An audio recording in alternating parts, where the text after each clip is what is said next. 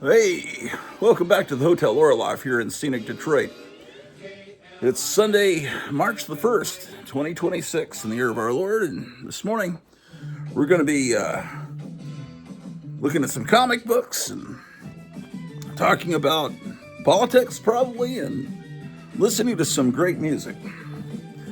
So, with no further ado, let's take a look at what we got here, man. And I might have another show tomorrow or the next day because I'm expecting a present in the mail, a gift. So, and we have a new sponsor this morning, Grape Teen. For you rock and rollers out there, Grape Teen. Let's, have you tried Grape Teen, man? It's a product of Houston, Texas. And I can't read all of the ingredients. It's kind of rubbed off a little bit. But trust me, you don't want to know what's in it. You really don't want to know. Trust me. Look at that, man. So if you're out bopping on the weekend, make sure you take along some Grape Teen. Available at your local HEB and Piggly Wiggly and Handy Andy. All right. So, hold on a second. Okay, so let's look at this first box here. See what's in it.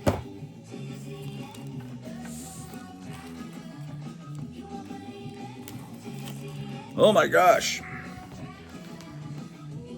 It's Action Comics number 23. How about that? It's real too. No, it's a facsimile. I like that they don't even put a price. The price would be on the barcode on the back. Originally it would have said 10 cents and it would have been larger than this, but this is a facsimile that came out sometime in the last 6 months or so. Yep. And about a year ago, this came out. Facsimile of Action Comics number 252. First appearance of Supergirl.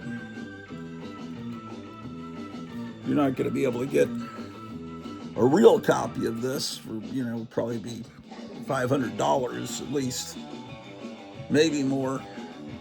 I don't know. People care about the Supergirl movie coming out next year or not. Oh, here's probably a 9.5 of Action Comics 270.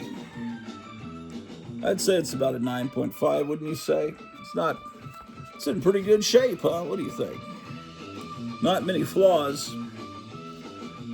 This was actually, I would never buy a comic in this condition. This was in a big stack of comics I bought at Lone Star Comics back 15 years ago called Wounded Wonders. And they're all old comics that are good to read, although sometimes the comic is in such grubby condition, you kind of don't even want to touch it.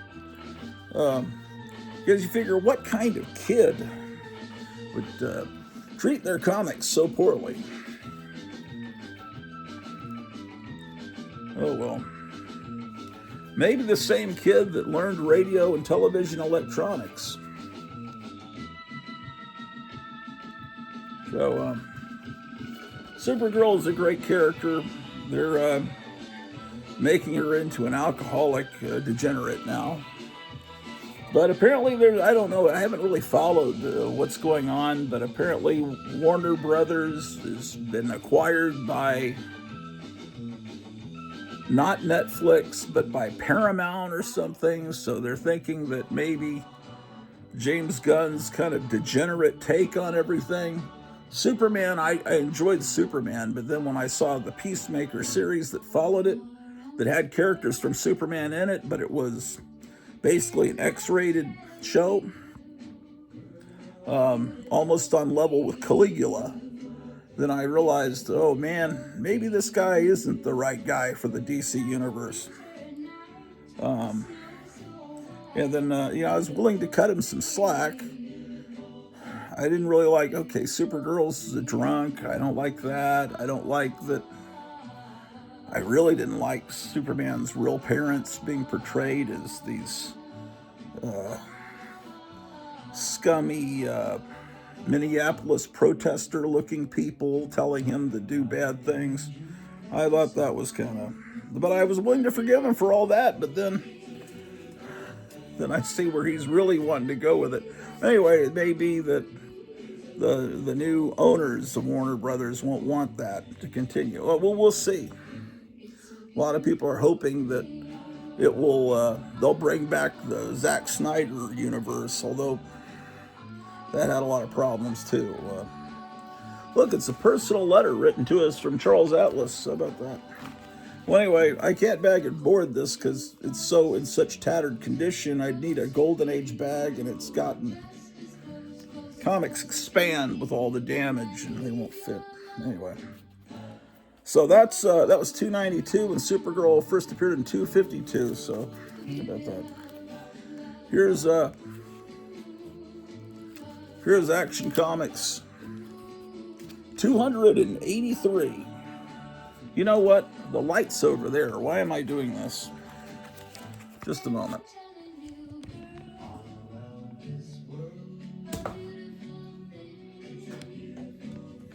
Okay. All right, this will be better, man. Then you can see, have more light. What am I thinking? Oh, man. This camera work is not, we're going to lose our sponsor, Grape Team, with this unprofessional camera work. Okay. Amazing. This is 283. How about that?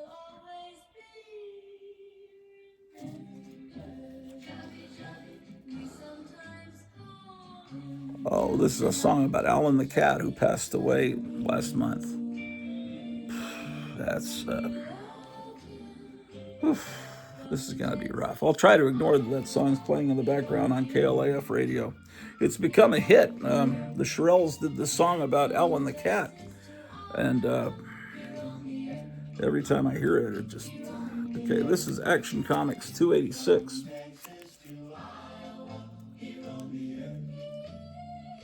Looks like at some point I bought this for $10.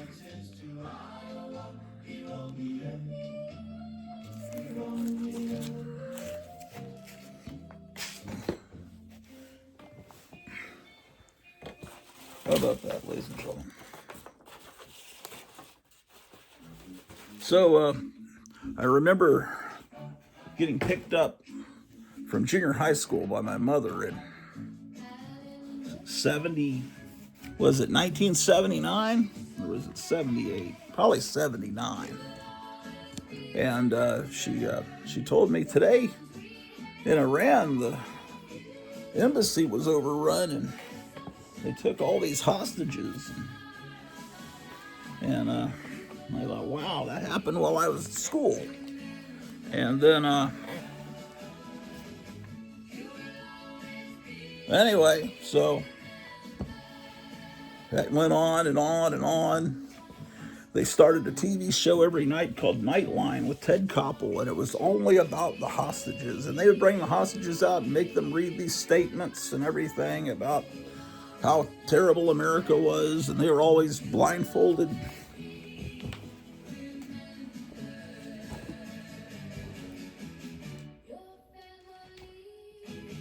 Then Jimmy Carter was president, and he sent some elite team in to try to rescue the hostages, and two of our helicopters ran into each other in the desert, and that was the end of that mission, and that was terrible. And then Reagan was elected, and instantly the hostages were released within minutes. But anyway, so Iran was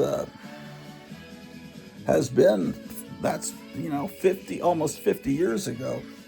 Iran's been run quite differently. And now, as of last night, when I woke up yesterday morning about this time, I found out that we'd gone into Iran, and now the liberals are complaining, but all these Iranian people are celebrating in the streets. So apparently they like that they're going to have a free society again. So we'll see how all that goes.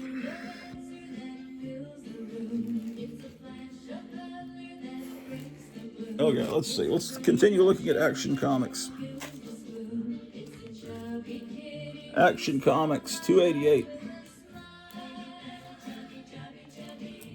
Ooh, this has the grandmother of all spine rolls. 292.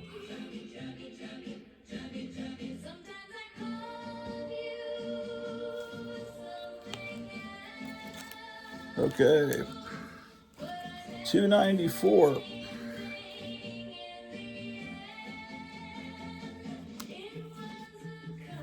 What is that one, man? Oh, I can't read. 297. I had this great pair of readers that were really working for me, and then they got scratched because I almost fell down the stairs, and then grabbed the hold of the stairs with my glasses in my hand, the stone stairs coming up to the front entrance to the Hotel Orloff. I almost fell down the other day, tripped, and then I scratched the plastic lenses because these are cheap things from the supermarket. 1.25 magnification for close up. And then I got this other replacement pair, but they don't work quite as good as the ones that I messed up.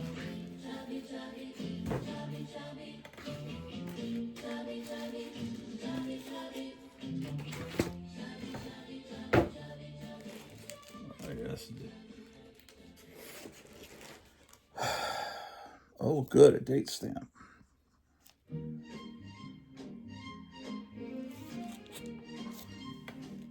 The ones I got from the eye doctor, is it so? No, those aren't them. Where did I put them? Well, magnifying glass. There we go.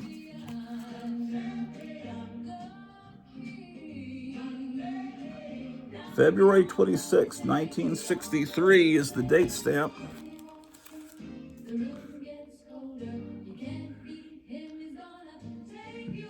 Kid that read this comic book didn't realize the changes that were going to happen to the United States of America and the world in the next year.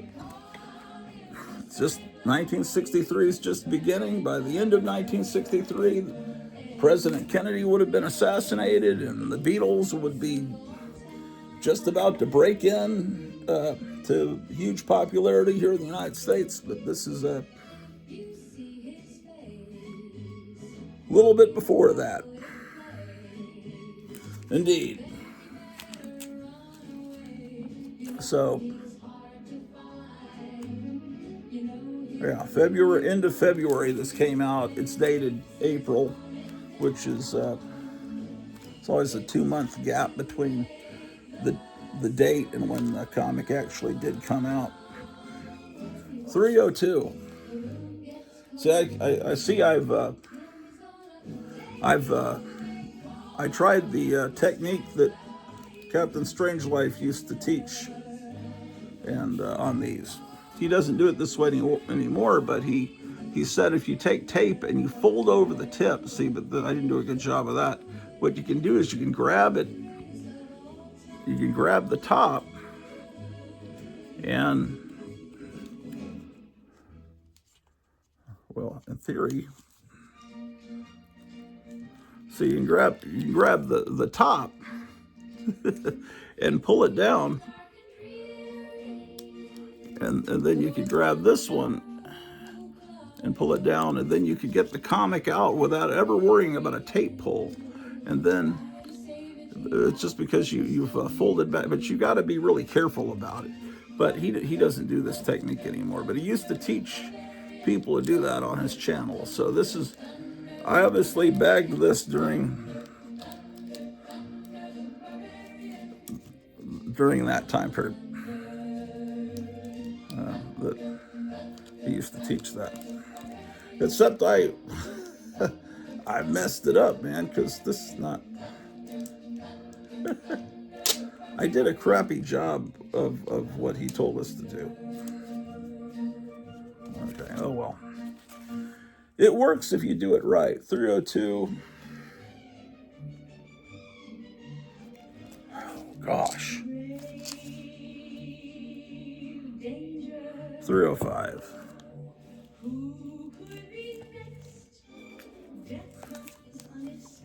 Oh my goodness, there's another 305. Here's 306.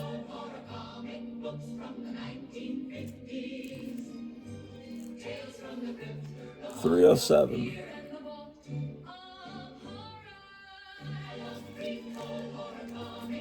What is this one? Oh, yeah.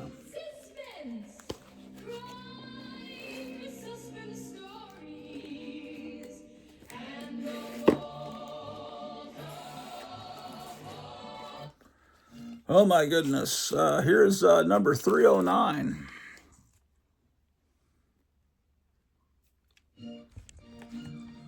Oh my goodness. This lighting is terrible.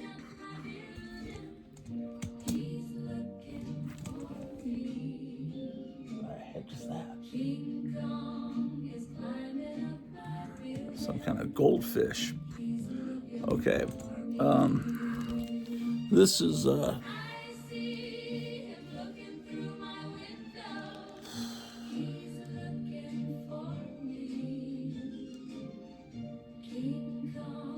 what a great cover.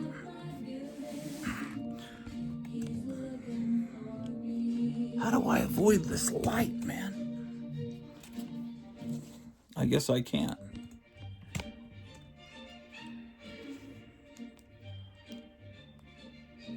It's Lori Ramirez.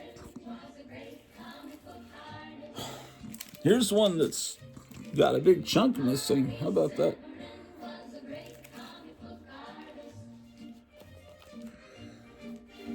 $3.10.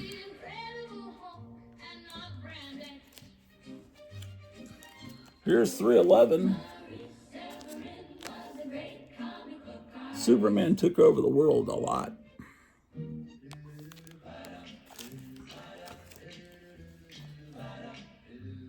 And then I guess I came back for issue 315.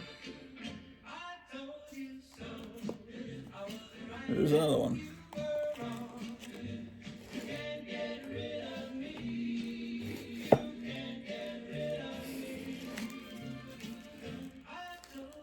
Here's 316.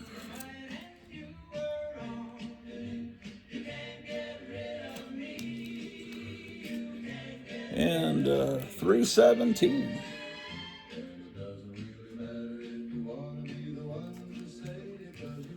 $3.19. $3.22. $3.24. Look at that. She's a devil girl.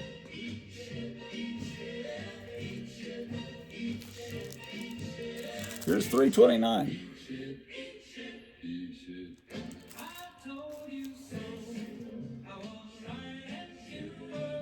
$330.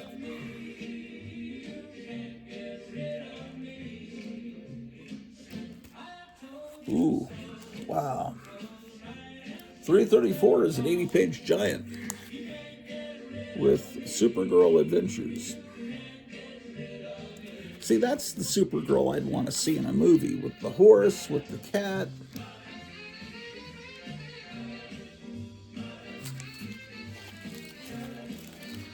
Okay. So, but the drunk Supergirl is canon. It was in the comic books. I don't care that it was in the comic books. That's ridiculous. I don't accept comic books from that time period as even existing.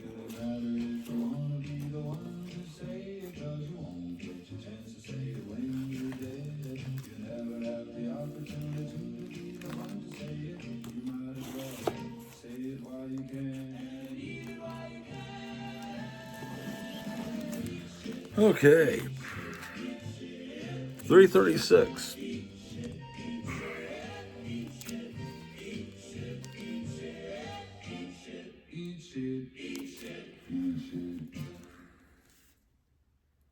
337.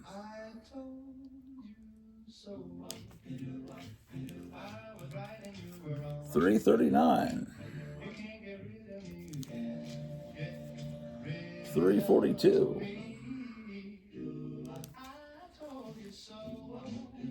344.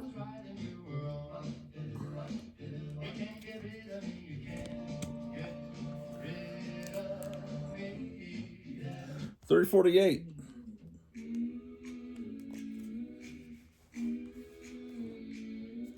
349. My goodness, another copy of 349, man. 350.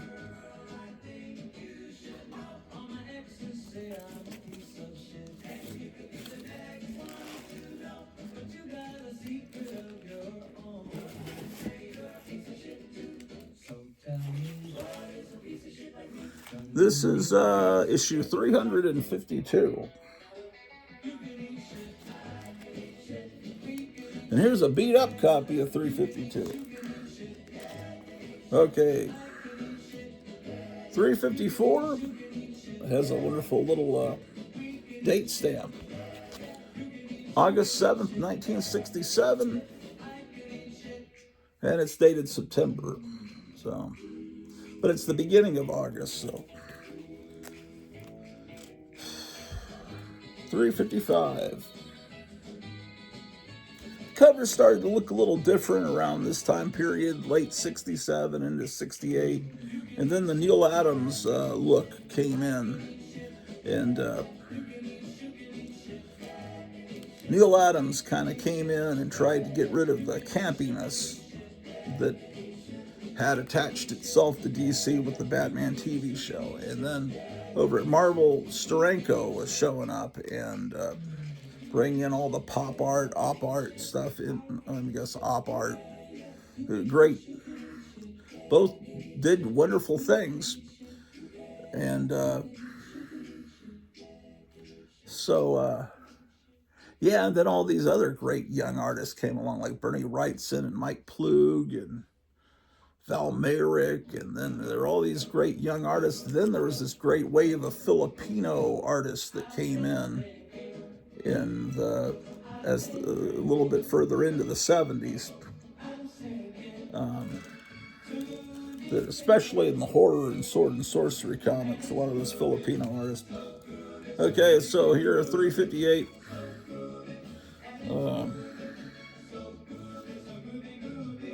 Yeah, Neil Adams did just tons of DC covers. I'm assuming this is Neil Adams. It's got to be. I like how the red lights reflect in the wet pavement, but it kind of makes it look like it's blood.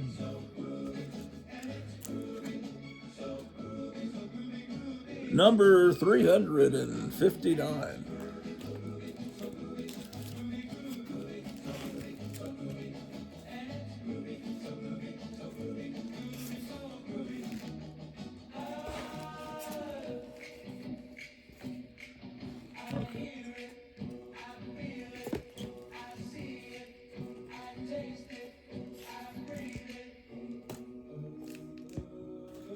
Here we go.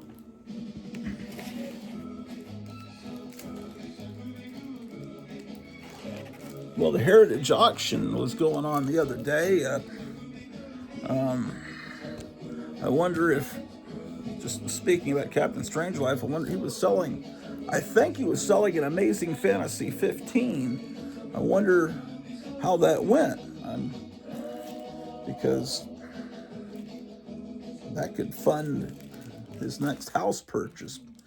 As I remember, it was a really good condition copy of Amazing Fantasy 15. It had about a chunk of the cover missing, about this much, but it had been very carefully restored with a duplicate of the cover, and you really couldn't tell unless you looked. Well, he showed it on a video, a live stream, and you really couldn't tell. But just a single page from Amazing Fantasy sells for tons of money because it's such a historic thing. 360, this is great. It's a board game. Oh, another song about Alan the Cat. Man, KLIF is really upsetting me this morning. Anyway, it's a board game you can play on the cover of Action Comics 360. 80-page giant. 365. See how the covers are starting to look different in this Neil Adams era. Even if they aren't drawn by Neil Adams, everybody started drawing in his style. 366. 367. And this is about the time period I first became aware of my older brothers reading comics. I would see this time period. There's another copy of the same one. 368.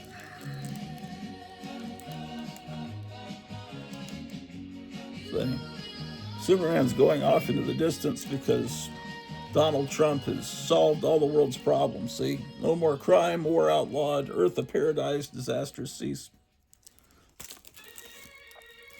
Yes. Okay.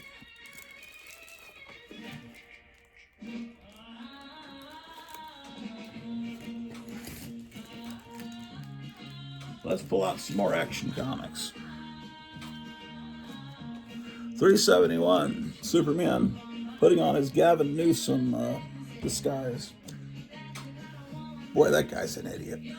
I'll tell you. Everybody hated someone like that in high school or junior high. The person that was the president of the student council, it looked like that. 374, definitely a Neil Adams cover there. Oh, another devil appearance on the cover of Action Comics. 378. 381. I was watching the United Nations live yesterday, all talking about what was going on with the United States and Israel going into Iran. And Superman's saying, from this moment on, there's no more United Nations. My Superman banner will replace all other flags. I'm taking over the whole world. But every 20 issues, he became the supreme dictator of the world. Which I guess maybe that's what James Gunn was referencing with his parents saying, take over and have as many babies and populate the earth. But if you're creating your own character or you're doing a parody of Superman, like I guess he did with that, what was that, Burn Palace? Or there's some movie about where it's about a kid with Superman powers, like a Superboy, but he's evil. It's like a cross between the Omen and Superman, and I don't know what it was called. Something Burn. I never saw it, but I think James Gunn produced that movie. Yeah, if you're doing your own thing, fine, but don't mess up Superman, man. Okay.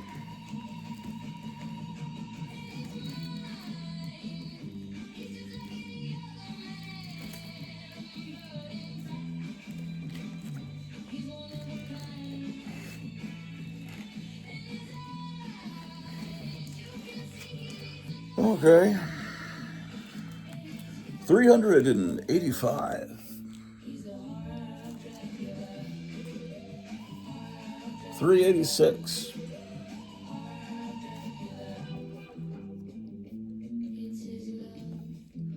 388.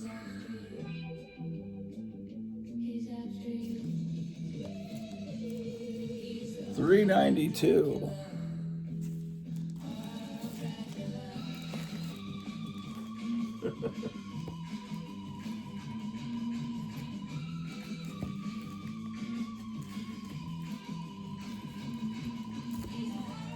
393. You got to tune in tomorrow or the next day, the next show, whenever it is. There'll be some great stuff.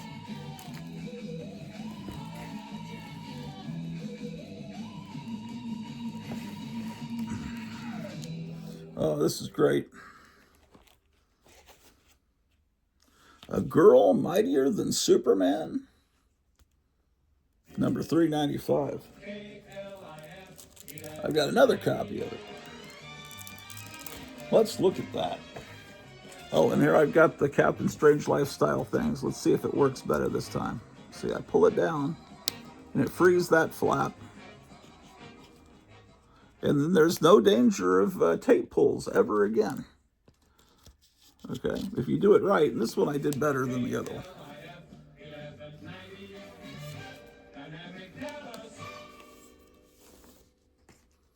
Okay.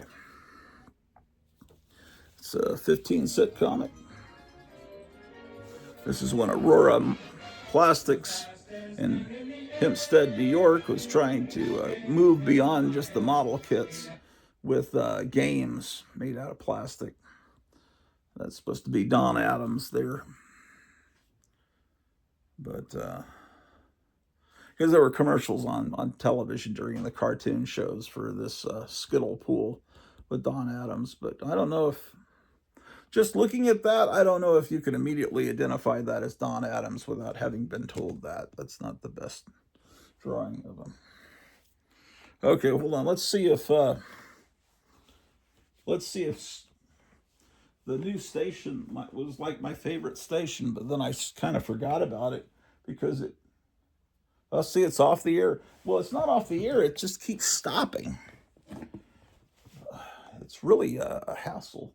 It's called Throwback TV. And for the last 3 or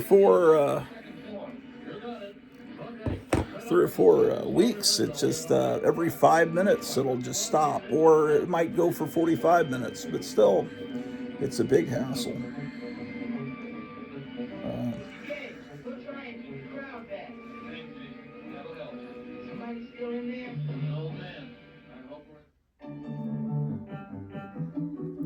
Anyway, this is the. Does she have a tattoo? Or is that dirt on the page?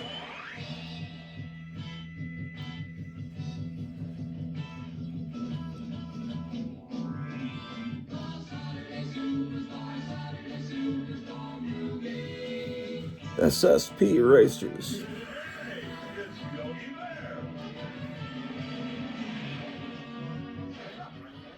I would say, I'm going to guess, I haven't looked, I would say this is from November of 1971. We'll check in a second. It's the Secrets of Superman's Fortress. And one thing, if James Gunn wanted to start fresh, but he used John Williams music and he used the Richard Donner version of the Fortress of Solitude made out of crystal, which was not something from the comics. Stick to your own garbage. I mean, I really did like that movie. I really did, but then sometimes you really like something and then you see it again or read the book again and you think, why did I like this piece of garbage? Well, no, I wouldn't say James Gunn. James Gunn's Superman was good. I like James Gunn, but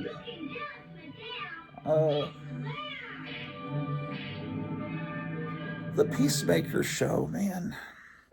If he wasn't do your own character. Don't bring other DC characters in to your depravity.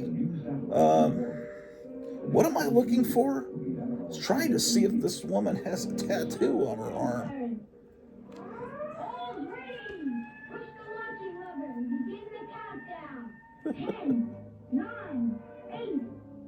It appears that she does.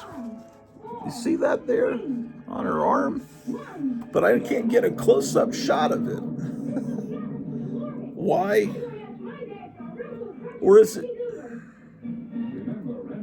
No, I think it might just be the shadow of muscle that they're drawing in. They're trying to show that she's a little bit more muscular than most women, I think, and they're, but it because a tattoo, yeah, tattoo on. See, it almost looks like a tattoo, but not in 1971. Yeah, see, it's just the hatching.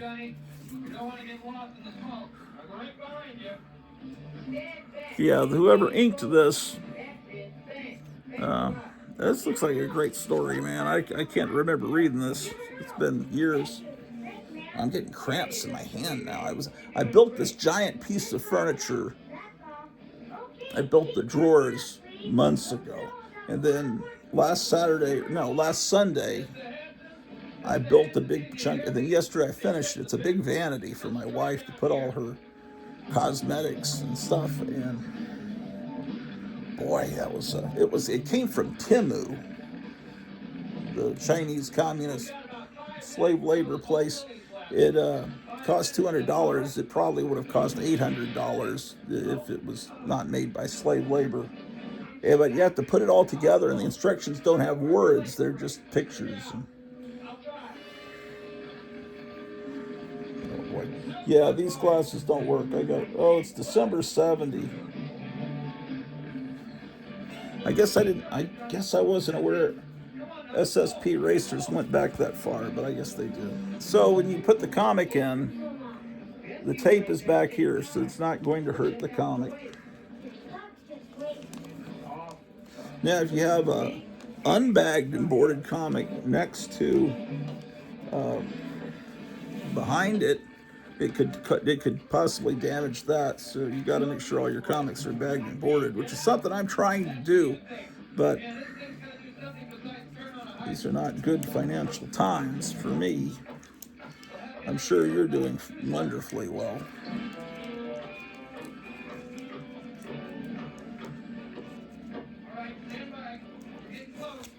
Okay, so that's $3.95.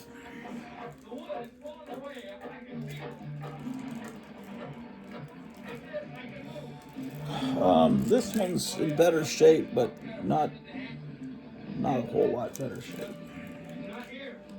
$3.96.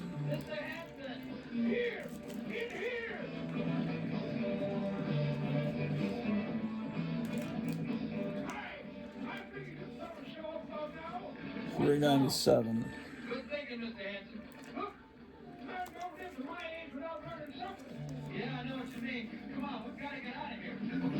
$400. My son, is he man or beast? $402. This is a cartoon version of Emergency. Emergency was a show I never watched, although I'm sure it's good. But I was aware it existed, everything. And this is a cartoon version of it, which kind of doesn't make sense. $405. Because the whole point is to see real life stuff happening, I think. These model kits are being re-released again, I see. I'm not sure if they're being re-released in a smaller form, a smaller scale. I'm not 100% sure. Looks like we've got an Aquaman reprint in the back. And a reprint of a Vigilante story. The giant moon monster ad. Fantastic.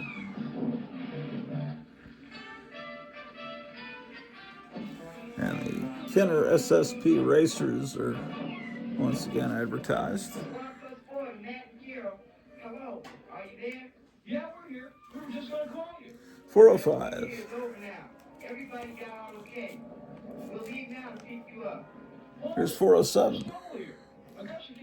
See, that's what the entrance to the Fortress of Solitude is supposed to look like. 407. We'll tell them what happened. They'll be there on the double. Thanks, Jason. We'll be waiting. 10-4. Let's go.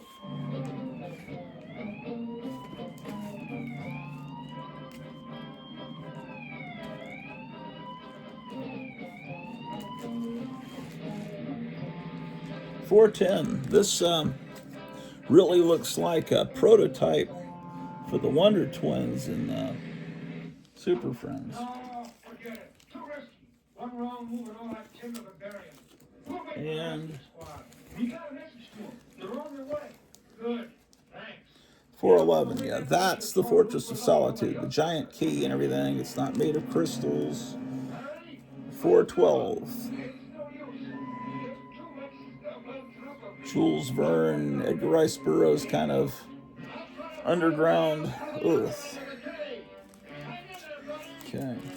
Well, that's the end of the Silver Age, because I consider the Bronze Age is starting with the 20-cent comics. Captain Strangelife's talking about how the Bronze Age should start with when comics went to 25 cents. And I would go with that. I don't know. Seems like most people really disagree with me on my pushing the end of the Silver Age to late 1974 might be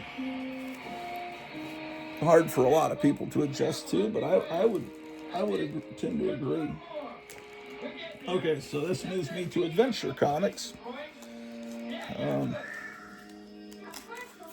There's 2 copies of a facsimile of Crypto's first appearance, 210, Adventure Comics 210.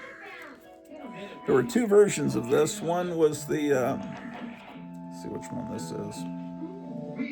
Never thought I'd get out of there in one piece. You feel all right? I never felt better in my life. This is the second one that has the actual ad that appeared on the inside front cover. There was another version. The first one that came out had that replaced with a promo to get free tickets to the premiere for the Superman movie that came out last summer. And then, not only did it have that, there's a story in the back. I think there's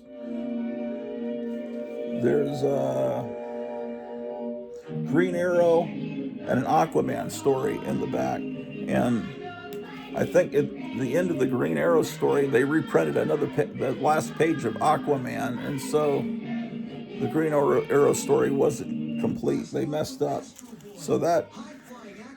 But they reprinted it and everything. This is my first Adventure Comics that is real, not a facsimile. And of course, it's almost impossible to read this is completely dirty. They've got black ink on top of purple, making it hard to read. It's 238. Man. 260. A facsimile, not real. Or fire single shots like a rifle. The Tommy Press alone is $3. In the detective set, you also get the Well, this has been playing a while and not shutting off. At 9 o'clock, they go into the DC Comics superheroes. So hopefully, here's 274. That's a real one. That may be the end of the facsimiles. Here's Adventure 287.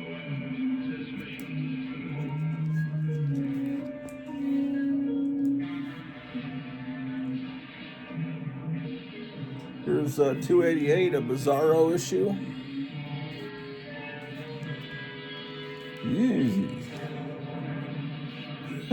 Here's 290. This one is pretty rough. Look at that at the top. Man, horrid.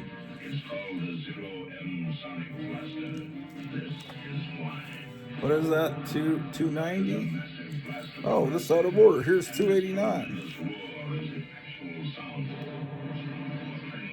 Oh, look, this one came from Gotham City Comics.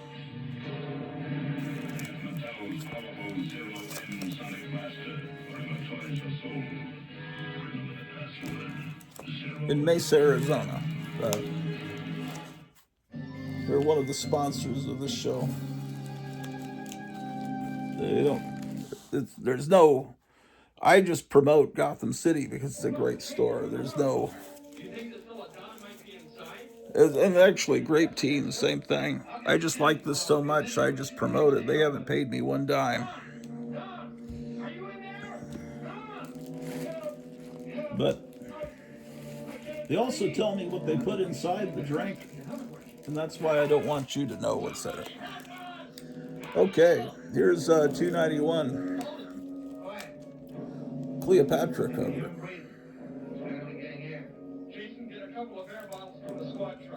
See, it's just gone up from 10 cents to 12 cents. 302.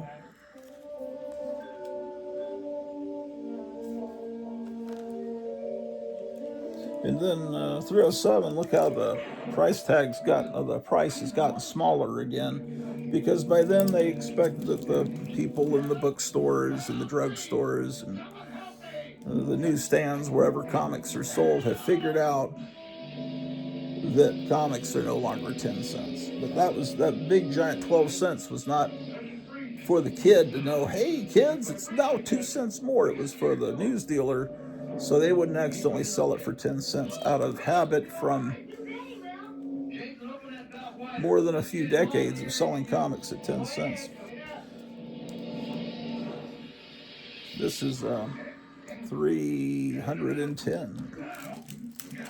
And this was a great era, the Legion of Superheroes. I think I was looking at, there's another copy of 312. I was looking at the 1970s Legion of Superhero comics, I think in a recent episode, and talking about how great they were, and they were great, but this is the real stuff, man. This time period. He's trapped on the other side. He went looking for the north entrance to get help. Maybe he got out. Where's the north entrance? No good. I got word half an hour ago. The north entrance is under 50 feet of rock. We'll have to get to him from this end. Oh, man. This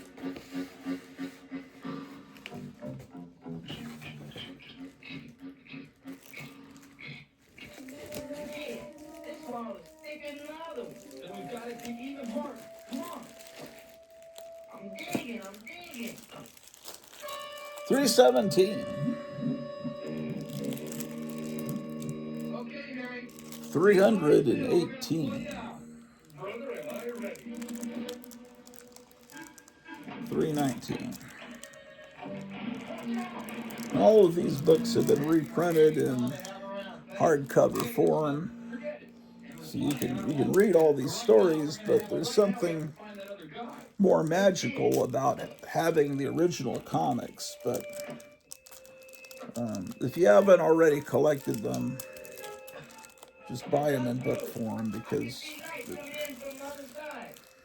unless you're 20 years old and want to spend decades trying to find them all, and then, you know, I mean, because what you're looking at is me collecting these since the late 1970s, and I still don't have all of them.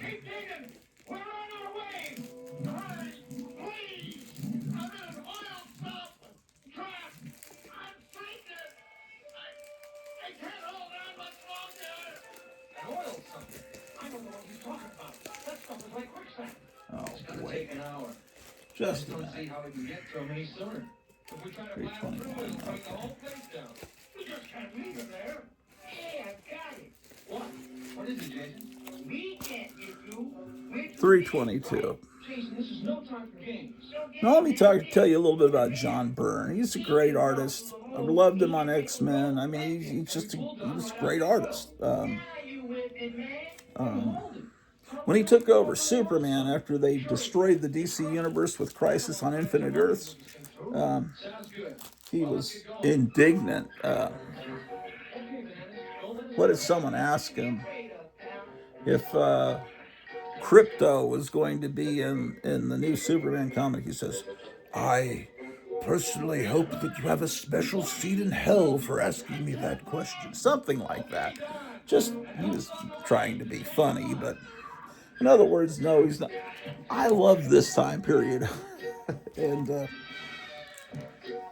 and people tend to love it. He's a great writer. He's not a great writer, but a great artist. And that's why I don't really care for the fourth wall, third wall, whatever the heck, wall breaking of She-Hulk. Yeah, the artwork's cool, but I like the Savage She-Hulk better. I wish they'd stayed with that. And then he took over Fantastic Four. People loved that time period, but yeah, it looked nice, but it didn't break any new ground. I mainly remember is that he gave Johnny Storm a fishbowl haircut like some club idiot. When he was a guy that built hot rods, he would never have a hairstyle like that. And then he also gave all the guys real skinny necks, like pencil necks. Reed Richards, Human Torch. And then he had Johnny Storm and Alicia Masters. He had Alicia Masters, Johnny Storm cheating with the Thing's girlfriend. That was wrong. And it's like someone told me, it turned out it was really a space alien. It wasn't really Alicia Masters. Yeah, but Johnny Storm didn't know that. And the Thing and Johnny Storm are supposed to be like brothers. So anyway, I didn't like that. And then when Superman and Big Barda were making a movie, an inappropriate movie. I mean, that's like I talk about James Gunn. You don't take characters that have existed forever and then come in and write your own disgusting fan fiction with them. 329. At least I wish people wouldn't. So I'll stick to my old comics. 330. I'm starting to look just like that, man. Here's one all beat up. Look at that nice chunk taken out of it. How does that happen? How does a kid do that? How does that just accidentally happen? I have no idea. It's never happened. Have you ever accidentally just lost a giant chunk of a comic cover on the spine when you were a kid? I mean, what kind of a clod do you have to be? 333, this story has been reprinted several times. What time is it? 8 o'clock. 334.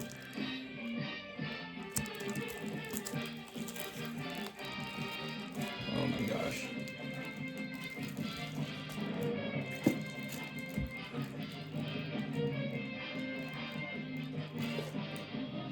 Well, that's a pretty good closing theme, I have to admit.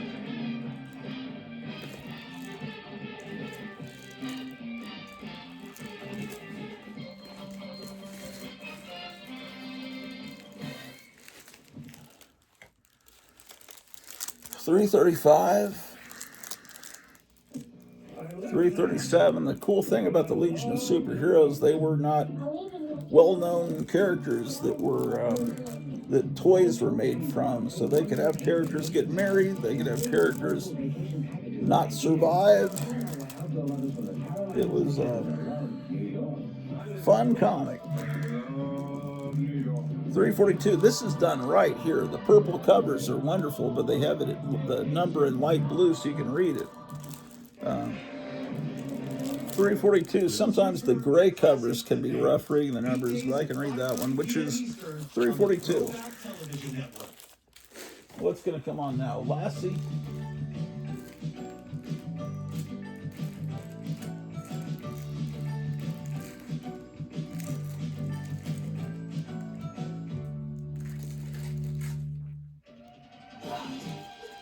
Oh, it's the Croft Super Show. How about that?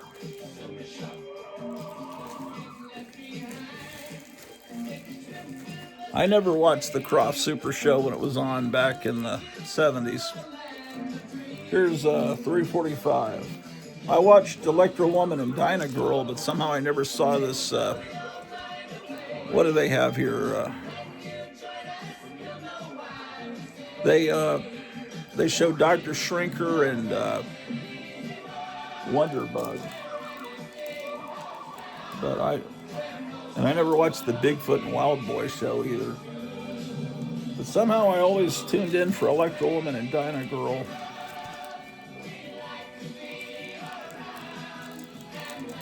347 and 348. The rest of these are in another box.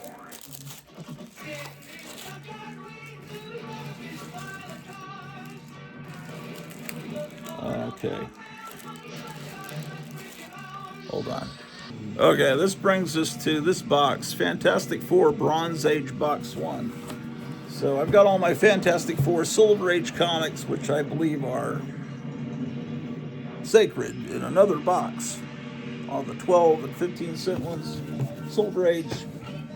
But, of course, I started reading Fantastic Four in the Bronze Age. And so here, when and again, I consider the Bronze Age beginning. Let me turn this down. Bronze Age began, in my opinion, when comics went to 20 cents. So here is the first 20-cent issue, I believe, of one Fantastic Four, 117. Now Kirby is gone at this point. The comic is still good. Now, you can tell these early 20 cents is, like this. And then with the neck, so that was 117. Here's 119. I missed an issue. The 20 cents is now here in a box.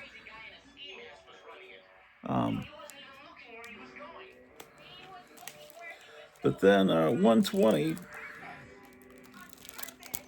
Okay, there's a new Herald, fallen angel, coming in for Galactus. See, it's 120. I'll show you the early issues. Well, it still looks that same way, doesn't it? Hold on. When does it stop? Okay, hold on. These, I'm going to point something out in a minute. Don't worry about it yet. 121. Okay. 121. I'm missing a few issues here because 126, this one was made into a book and record set from Power Records around 1974. It has a retelling of the Fantastic Four's origin. 127. Now, 117 to 127, the first 20-cent comics from Marvel, the title strip going across at the top looks like that. But with 128, I'll show you, it tightens up. Do you see that there's space between the M and the A? They tighten it up. There's also space between the E and the L. There's just more space between all the letters. And then that's the way it was for most of my memory of the comic. It was just the very first almost year of the 20-cent comics. Letters are more spaced out. Although, does anyone even care? I don't know. I care. Here's 128. People call these picture frame covers. I've heard people call them window box covers. Sometimes characters jump out of the box or the frame. See?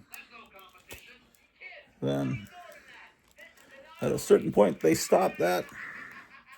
Some of the old-time comic book people hated it. I always thought it looked cool because this is about the time period I started buying the Marvel comics. But I wasn't buying Fantastic Four at this point. I was buying the monster comics, like Monster of Frankenstein, Werewolf by Night, Tomb of Dracula, all those. I'll show you when we get to the first Fantastic Four comic I bought. Ooh. 130 has a Jim Steranko cover. Now he'd already left Marvel. He would come back and do an occasional cover. No one ever shows this cover. Do you know that? You never see this like posted on the internet. But it's Steranko, inked by Joe Sennett, that everyone on YouTube pronounces Senat. So I believe that it probably is Senat, because that's what everyone's saying. But I would have thought it's Senate. But anyway, who cares?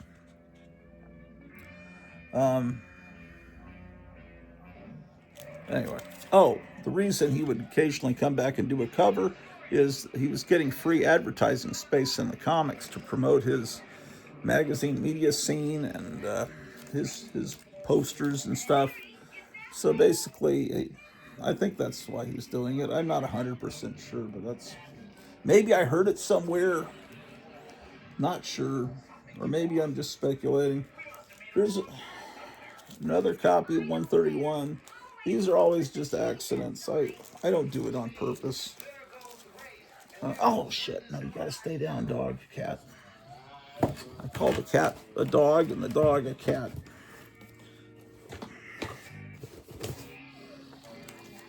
Okay. 132.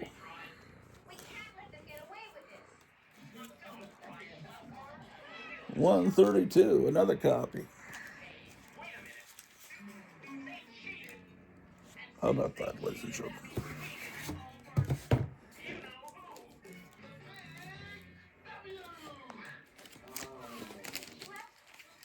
Let's pull up. Oh, shit. Come on, cat. Get down from there. There you. Okay. 133. I always liked this character, Thundra. She joined the Fantastic Four. I got this cramp in my hand again, where my hand will freeze like this. And my wife says, you got to have more potassium. I was doing all this screwdriver action, building this piece of furniture, and then my hand would freeze. And it's like, oh my gosh. Here's another copy of 133 with some moisture issues, and another copy. I always liked the character. I even have her 7-Eleven cup, Thundra. Now, she was not Marvel. I'm sorry, DC had Amazons. Marvel had Femazons, and they first appeared in Savage Tales #1, the black and white magazine with Conan the Barbarian, and there was the Femazons, and it had the first appearance of Man-Thing. But no one talks about the first appearance of the Femazons. But and they were these women warriors, and the men were their slaves. It was 134. Kind of like Planet of the Apes, but with women. I don't know, that doesn't sound right, does it? Another copy of 134. I don't know, does Marvel do anything with Thundra now? I kind of doubt it. Oh, see it? That's what happens. It'll just go off like that. It'll go to a purple screen. And then you gotta click OK to continue, and then hit click to watch Throwback TV, and then it reloads. And if you were recording that, you would have missed about 10 seconds of the wonderful Wonderbug show. So it drives me nuts.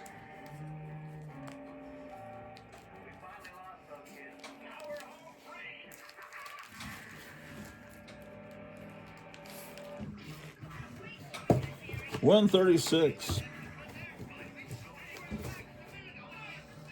The Wild One cometh.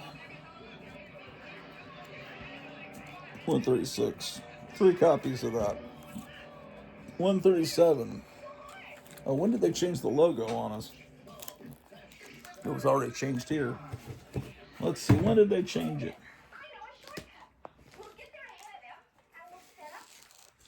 Oh, it's been changed. Oh, 117 still had the classic logo, but by 119, maybe it changed with 118, but on 119 it has the new logo. So the new Fantastic Four logo came along with the Bronze Age. I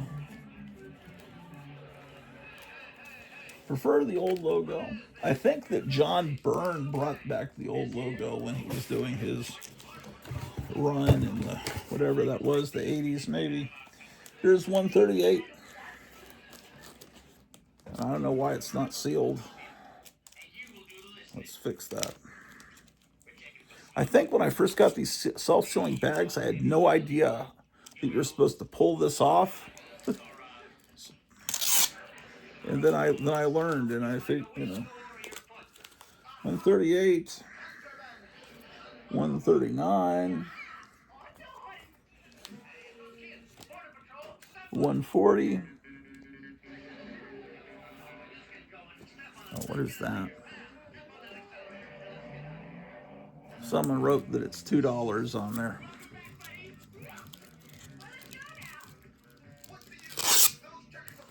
Well, they were saying we might get some snow today. I don't think it's going to happen. 140. Another copy of 140. 141. Their sun is glowing like an atomic bomb. Man, I've got 4 copies. Why do I have 4 copies of that? That's insanity. That means 3 times I bought it not knowing I already owned it.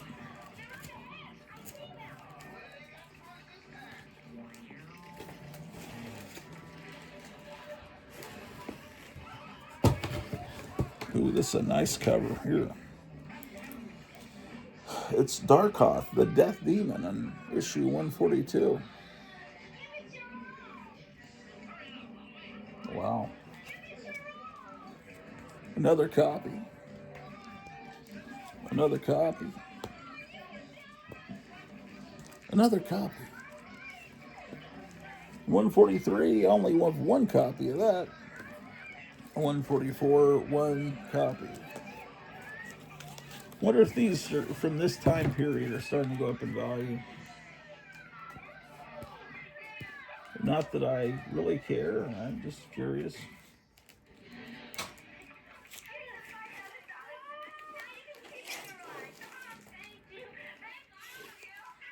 Okay. So when are we getting to the first issue I bought? Here's 144. Another one, you don't need to see it. I'm missing 145. Here's 146. That's a good cover. Another copy of 146. Another 146. 147. I saw this the other day. Someone posted a picture of this cover, and I was thinking, oh, I wish I had that issue, and I've got 2 copies of it. I don't know, man. 147.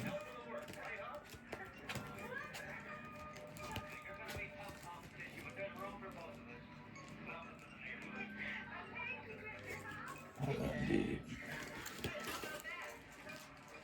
I think it's around 150 that I started buying them. I don't know. 148. 149. I guess this is a ripoff of Herbie the Love Bug. I guess is what that's supposed to be. 150. Oh, here we go. This is my childhood copy, the first Fantastic Four I ever bought, 151, and Thunder is on the cover. And there's one of the savage slaves, that the women control on her planet or alternate, I forget. But this is my actual childhood copy. So, well, technically, the first Fantastic Four I got was the Marvel Treasury Edition, big tabloid comic from issue number 2 of the Marvel Treasury Edition, and so anyway, I loved it, and then I started buying Fantastic Four off the stands, and that's the first one I got. So 151. So all those other ones I bought later on.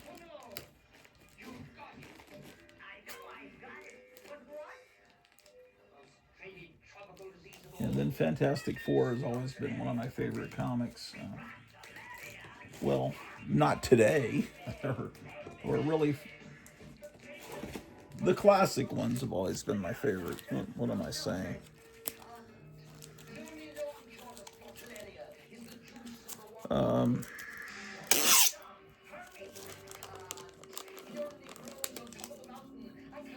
These bags get bad quick, don't they? 153, 154. Another copy of 154. 156.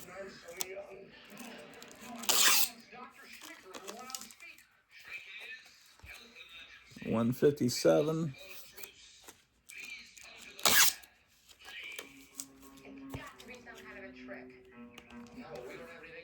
158.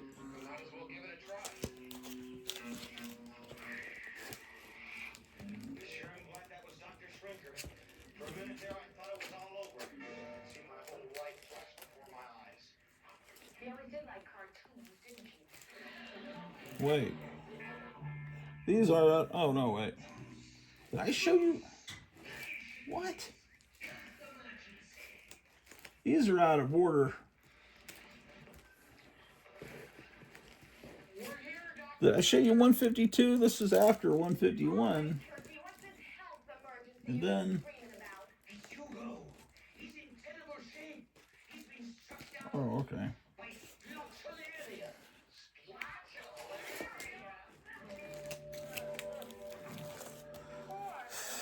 Another copy of 158.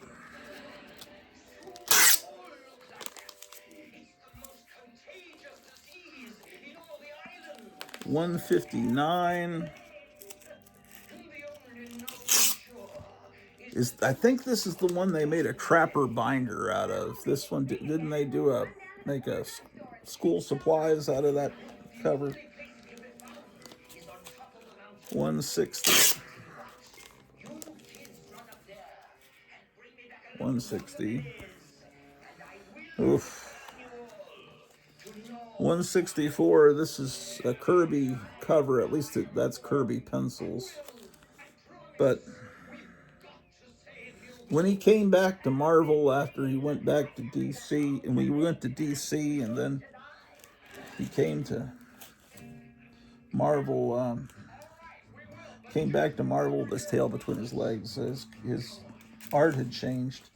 Okay, the logo 159, it changes to this logo with 160. 165. 166.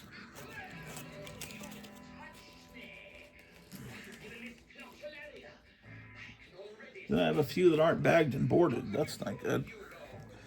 167.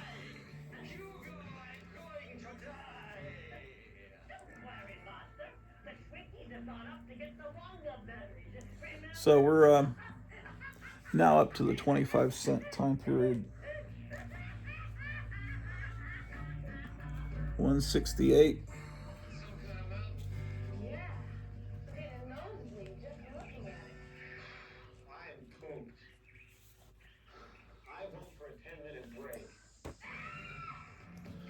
$169.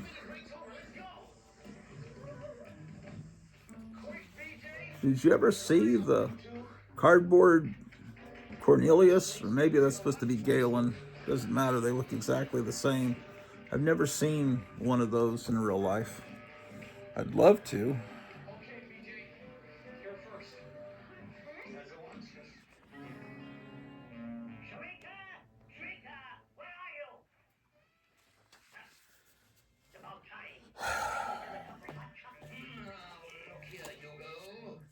Okay, 169.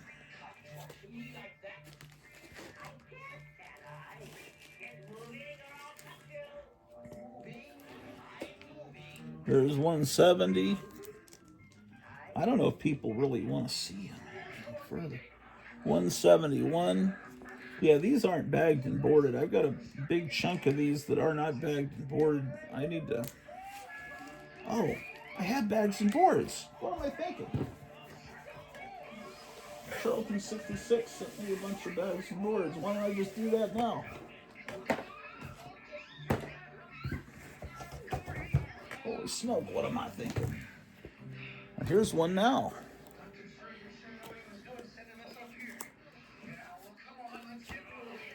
So, amazing.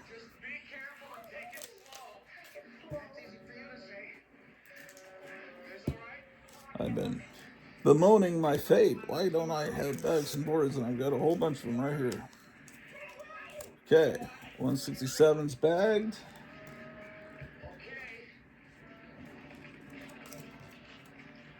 168.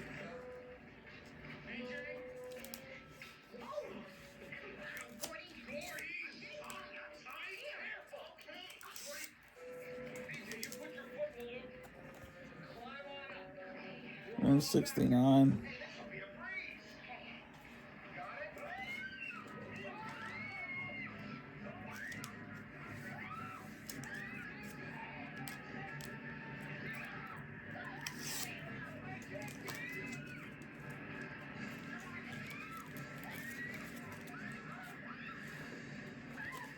Excellent.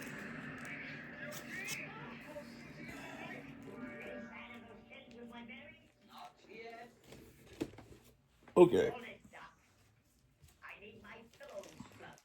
171.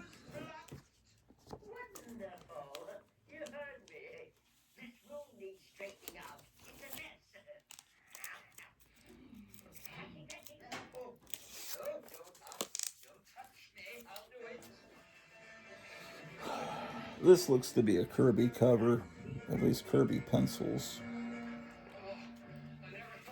There's the devil appearing. Now that we're so aware that the people that run everything are a bunch of Satan worshiping, eyes wide shut scum, that I start realizing how many times you see the devil or Satan in these old comics I grew up with. George Perez art. How about that?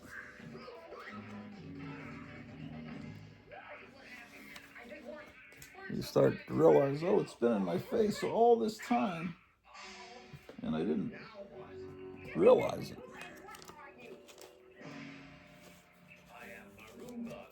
My whole life, all the Exorcist imitations, and back in the 70s, 172.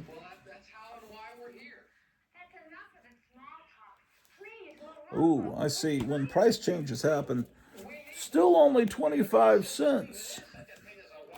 And then, just like when comics went from 10 cents to 12 cents, they made it real big. They got gigantic 25 cents retailer. Make sure you charge that extra nickel. No. Oh, no, that's not what they're doing. The next one is 30 cents. They're doing 25 cents. I don't know why they made it giant there, but this is the last time you're going to pay a quarter for a comic. 173, because yeah, with 174 they got to 30 cents. Because these are all my childhood copies. I was buying them every month. 173, 174.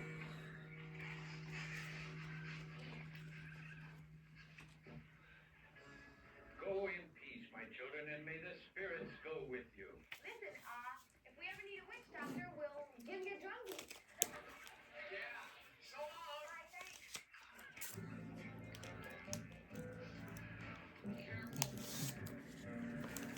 Okay. 174. 175. All right, BJ. I'll hold on to this while you get started. Okay. Go on. All right, BJ. Hold on now. You got this. Careful. You're next. So we're also into this time period with the barcode. 75. 176. This is a Kirby penciled cover. It looks kind of awkward, unfortunately. Yeah, it has a little K and an S. This one is not in very... Did I buy this one secondhand? I'm not sure if I bought... I think maybe I bought this one. It was the last one on the stands, and it had damage from being in the bundle. They used to tie these up with string, and they shipped them to the...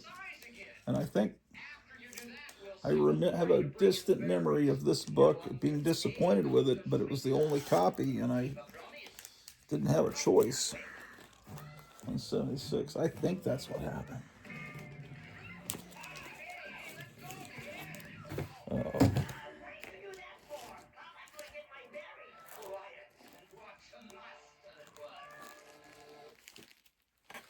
Oh, there it goes. Just ended again. 177. That's definitely a Kirby cover.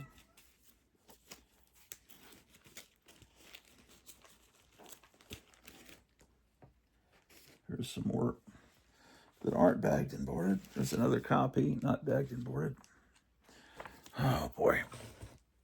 See, I tend to just forget this channel even exists, except on Saturday mornings I'll turn it on. I'd probably be much better off just having YouTube on. So disappointing.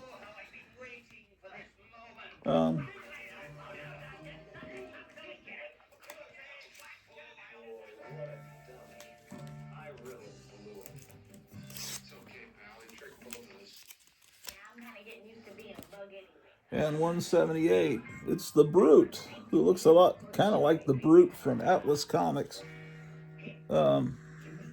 Maybe they're trying to make sure they have that name, the Brute, copy written after Atlas Seaboard almost grabbed it.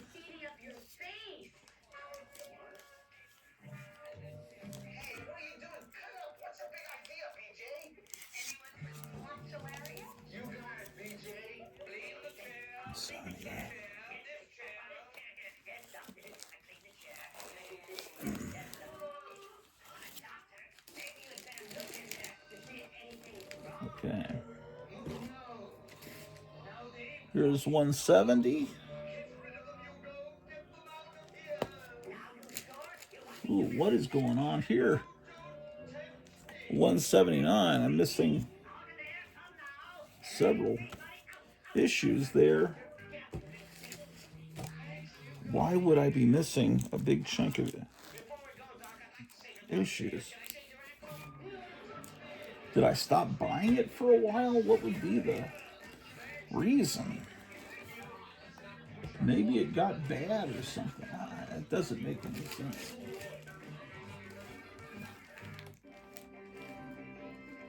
Leonard Nimoy takes you in search of weeknights at 7 p.m. Eastern on the Throwback Television Network. Well, I don't think it got bad. I don't know what the deal was. So, yeah, it looks like the same comic. They even have Tigra making an appearance here. That's another character I like.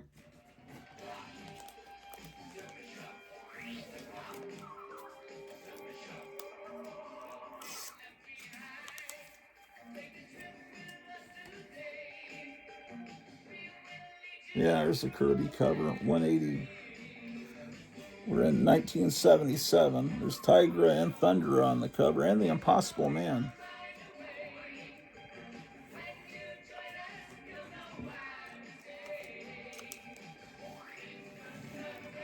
Why didn't they get Kirby to go back to the... I wonder why he didn't go back to the Fantastic Four. He did Captain America, and then he was doing all these little things like Double Dinosaur and Machine Man. 181.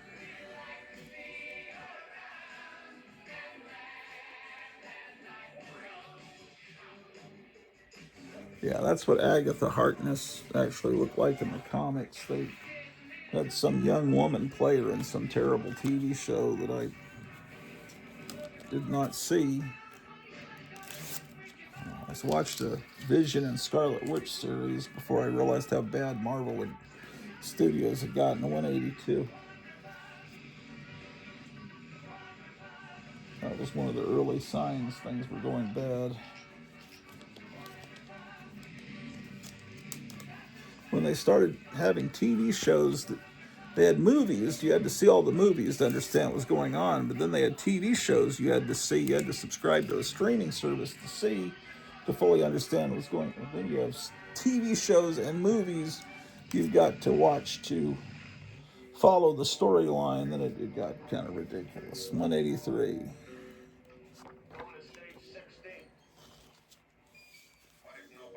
This is all working out pretty perfectly, all these bags and boards. The cat's coming up here to menace me.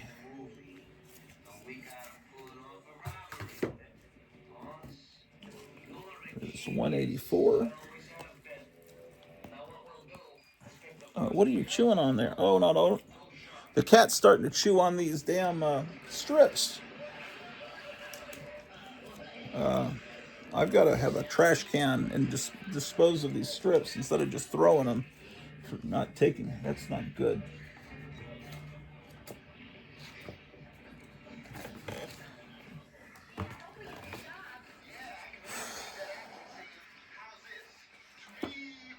$185. We're still in 1977. This is just right before the Iranian government was taken over. So all those years ago,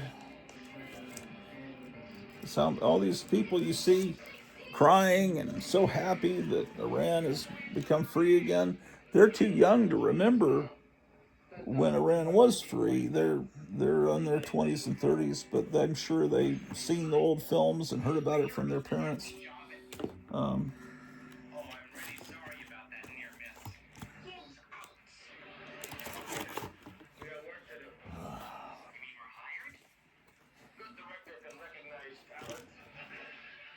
186. I remember this Orca ad that seemed to be on the back cover permanently. A couple of years after Jaws, Dino De Laurentiis trying to cash in on Jaws with one about a killer whale or whatever it is. And no one cared about it. I've never met anyone that's seen Orca. Well, actually, I think I did meet one person. 187. Let's see, yeah, every month it was on the back cover. And before that, is it Dino De Laurentiis? I think it was. Right after he failed with King Kong.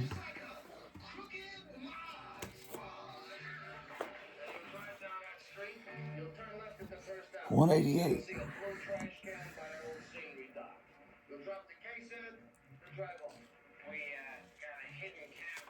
I like Stan Lee. Looks like a lumberjack. Big, strong lumberjack. No. Stay off of that. No. Dare you. Here he comes now. Get ready for action. Action.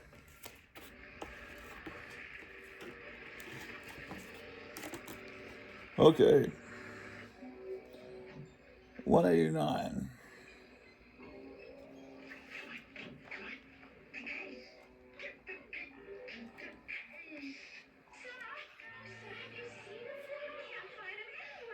I like to look at these t-shirt designs to come up with song titles for my songwriting.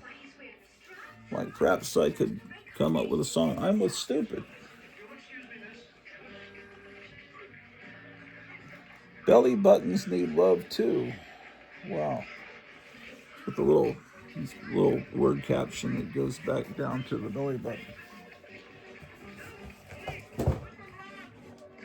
Wow.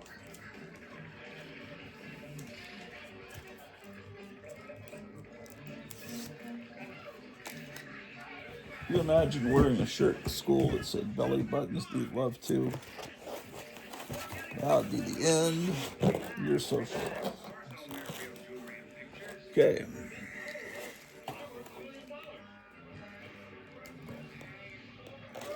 What?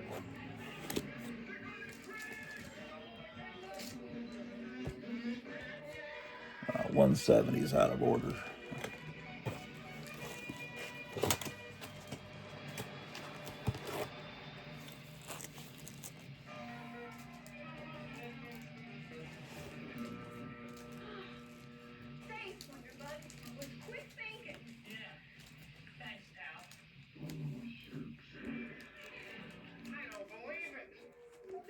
Just a minute.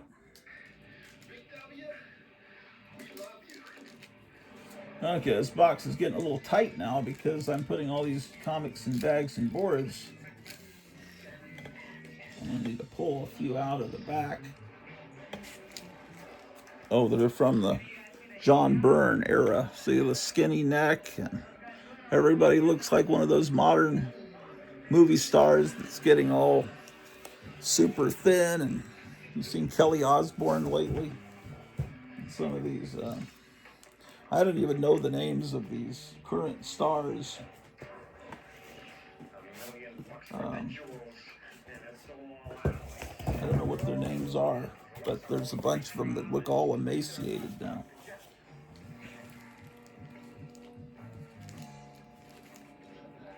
Okay.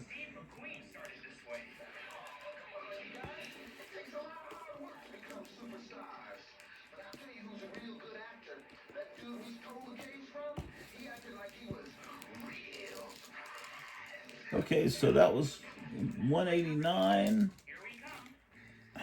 190 is definitely a Kirby cover.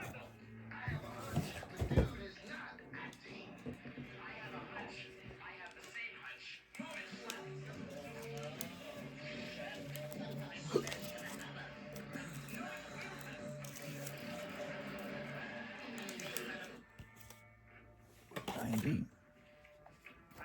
191. These all used to be bagged and boarded, but the bags got to be so horrible looking. I took them out of the bags and boards. Well, or they probably were just in bags. It's back in the old days, people didn't have boards; they just had bags.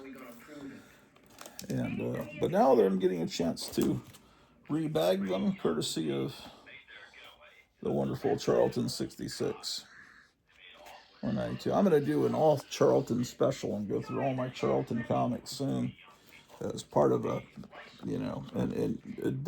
episode dedicated to him for setting me those bags and boards, the Sugar and Spike comics. It's amazing. Some of you guys are so generous and wonderful, and I'm getting a package tomorrow or Tuesday that's also a gift. 190. Wait a second. 192. Okay, 193. Cry Doom, cry Darkoth. And while you're at it, cry for poor Ben Grimm having to face this monster without his famous partners. 193. Ooh, I missed several issues because here I am with 197.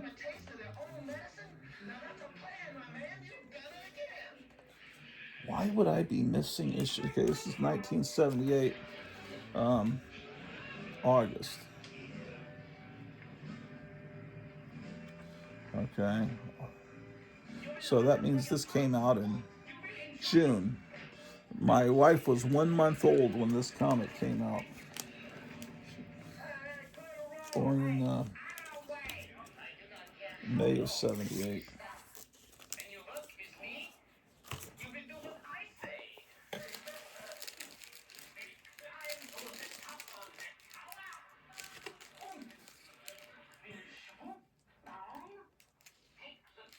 $206.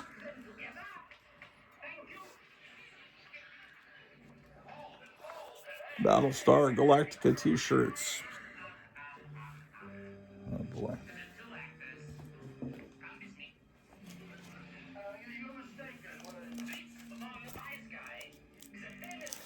I was so excited about that show premiering, and then it wound up getting kind of tedious after a while.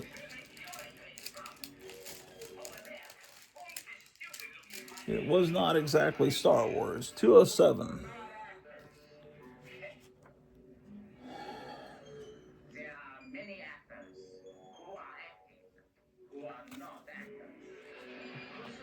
I was looking at this, so I look at things, don't show them to you. This, Here Come the Trons. It's like a Micronaut thing. The Micronaut robot clowns that make you laugh. Okay, they must walk funny. Got Captain Strangelove was looking at some of those old comics that he got, and there was an ad for the Zeroids, and he said, I'd never known it. He says, what are these? I've never known anyone that's had Zeroids. I had Zero. It was a robot toy. I had it. I was like 4 years old, maybe 5. It broke very quickly probably because I was that age. And but it was a really cool robot toy. They were really cool. But so I even have pictures of with Christmas morning with those, but I don't still have the robot. I wish I did. It was cool.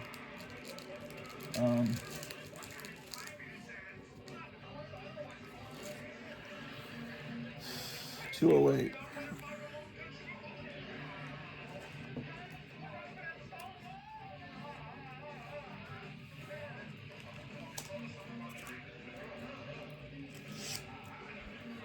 I guess there's the same age between me and Captain Strangelove that there is between me and my wife. She's like 13 years younger than me, and Strangelove is 13 years older than me, so which is why he wouldn't be looking at robot toys at that time of his life.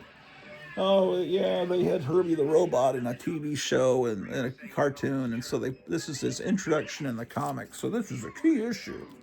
Not that it matters. They put Herbie the Robot in that movie that came out last summer. The character was just this annoying addition. They replaced the Human Torch with Herbie. I had always heard the story that they didn't have Human Torch in there because they didn't want kids setting themselves on fire. But then I heard that the Human Torch was under option. Someone wanted to make a movie out of the Human Torch, so they couldn't put him in the cartoon. And people swear that that's the official story. I don't know. I don't know why I thought the original story, because I read that somewhere back then. I don't know. That certainly... Oh, no, don't go on there. That certainly sounds like something they would have done back in the 70s. The fear of kids.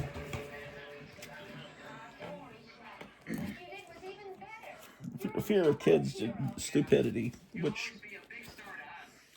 There's all these stories that some kid tied a red towel around his neck and jumped off a roof and killed himself trying to be George Reeves' Superman. I don't know if that ever happened. But if it did, I don't know. I mean, someone does something stupid, you punish the entire population because of one person's stupidity. I don't know. We can't show a man flying. Oh, man. Okay, wonderful. Well, that's the last bag and board. So, I guess at some point, I might have a little more. Oh, is it time for the DC superheroes? No, it's 15 minutes. Okay. Well, that's that.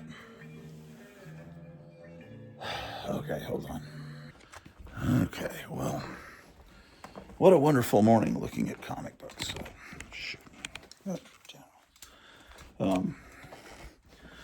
Well, there's stuff I've got to do now.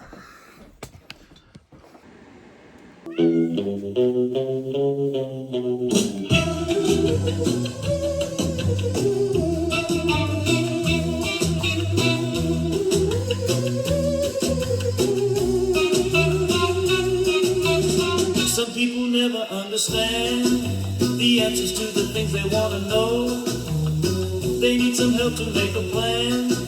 I always know just where to go. Ask the toilet by the window.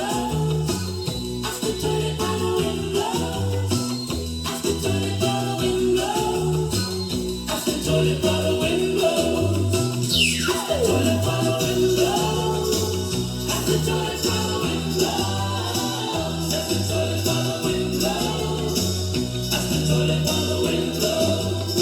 Why don't you leave me all alone? Was it all a lie? Please tell me why. As the toilet by the window, as the toilet by the window, as the toilet by the window, as the toilet by the window, as the toilet by the window, as the toilet by the window, as the toilet by the window, as the toilet. It's the Grottu Orloff Show, KLAF 1190 Sunday morning. It's March 1st, 2026. Ladies and gentlemen, wake up your neighbors, man. It's the Grottu Orloff Show. Let's rock and roll ourselves to death.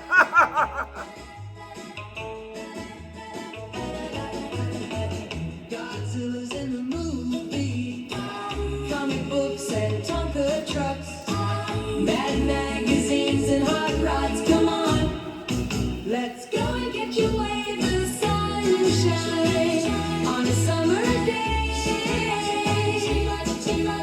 Sunshine and rainbows. Come on, let's go and catch a wave. The sunshine on a summer day.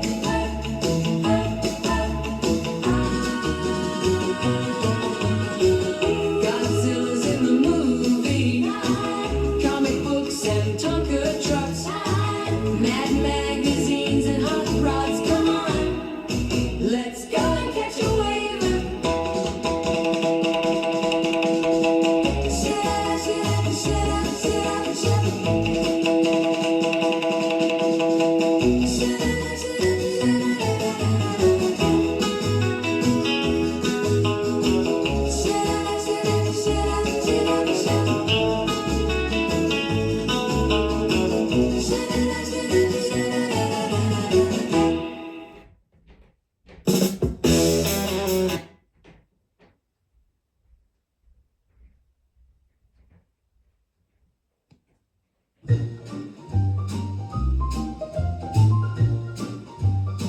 I love to read, see comic books. They give me chills and thrills and spooky looks. I love to read, see comic books, and I wanna read them with you.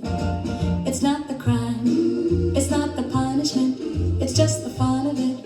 I wanna read them with you. I know the crime, I know the punishment. Let's have some fun with it. I wanna read them with you. I love to read, see comic books. They give me chills and thrills and spooky looks. I love to read, see comic books, and I wanna read them with you. I like to watch, I like to read. It's what I need. I wanna read them with you. I like to watch, I like to read. It's what I need. I wanna read them with you. I love to read, see comic books. They give me chills and thrills and spooky looks. I love to read, see comic books, and I wanna read them with you. We could read them in the kitchen, or the bedroom, or the basement, or the bathroom. Anywhere you want is what I want. I wanna read them with you.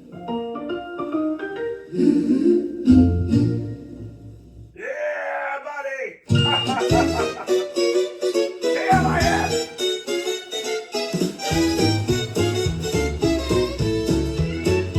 Hercules, hero of song and story.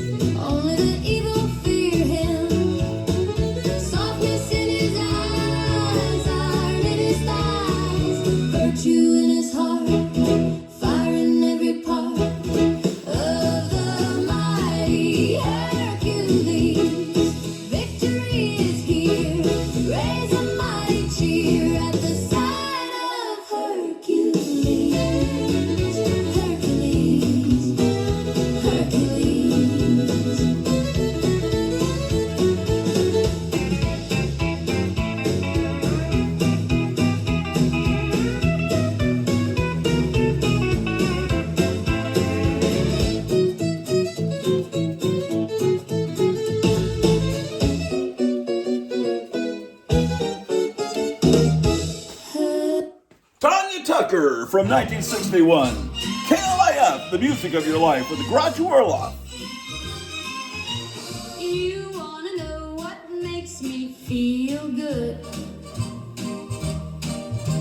You wanna know what I like to eat? Well, darling, listen carefully. I like to eat waffles.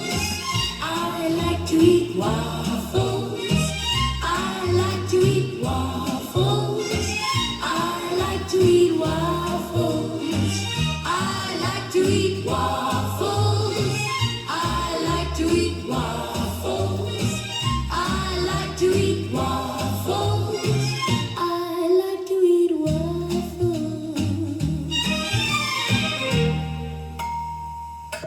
Maria Suffren with I Like to Eat Waffles from 1963. KLIF. Where did they go, those baby doll girls? Painted hair, push-up bra, our fantasy queens, the men in our dreams, our teenage guys. Where did they go, those chrome-plated rides? Candy paint, so damn low, the smell of the gas, the need for speed fast. Yeah, how I long. Put a dime in the jukebox. Put a dime in the jukebox. Put a dime in the jukebox.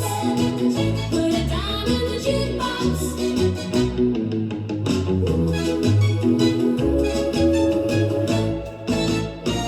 Where did they go, those heroes of old? Bizarro, Dr. Doom, Madman in spandex. It's just a reflex, howling at the moon. Where did they go, those icons of old? Elvis and Bo Diddley, Fats Domino, Jerry Lee Lewis, hallelujah, the Beatles. Put a dime in the jukebox. Put a dime in the jukebox. Put a dime in the jukebox. Put a dime in the jukebox. I got all the good songs. I got all the great songs. I got all the hit songs. I got all the fun songs. I got all the sad songs. I got all the bad songs. I got all the dance songs. I got all the chant songs. Put a dime in the jukebox. Put a dime in the jukebox. Put a dime in the jukebox. Put a dime in the jukebox. Put a dime in the jukebox.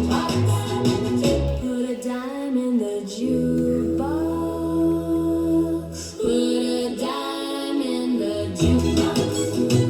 Put a dime in the jukebox. Put a dime in the jukebox. Roberta Flack from 1973. On the Grottu Orloff Show. KLIF. And I live my life playing my music on the hi-fi, sitting in my room and reading comic books, Racing slot cars on the tabletop. I'm a rock and roll queen, and I build Aurora monster model kits. I'm a rock and roll queen, cruising in my T-Bird, I'm a boss. I'm a rock and roll queen. In my Big Daddy Rock t-shirt. Beach party hot dog. And I swim with my boyfriend in my polka dot bikini. I'm a rock and roll queen. And I build Aurora monster model kits.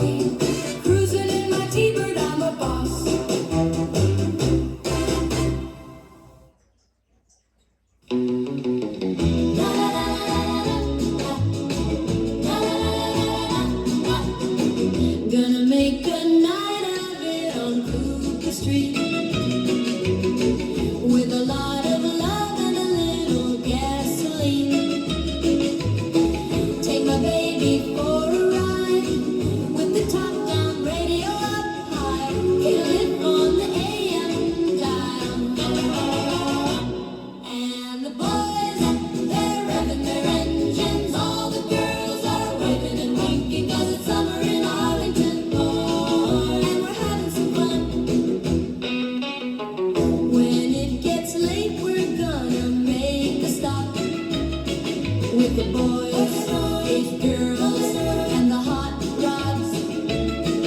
It's pals driving for a late night bite, some burgers, fries, and a lot of Sprite in Arlington. The party's on, and the boys, they're revving their engines. All the girls are waving and winking 'cause it's summer in Arlington. And we're having some fun. Oh, yeah. It's summer in Arlington. And we're having some fun. It's just a Saturday night. It's a Saturday night. And we're gonna make a night of it on Cooper Street. And the boys, they're revving their engines. All the girls are waving and winking 'cause it's summer in Arlington. And we're having some fun. Oh, yeah. It's summer in Arlington. And we're having some fun.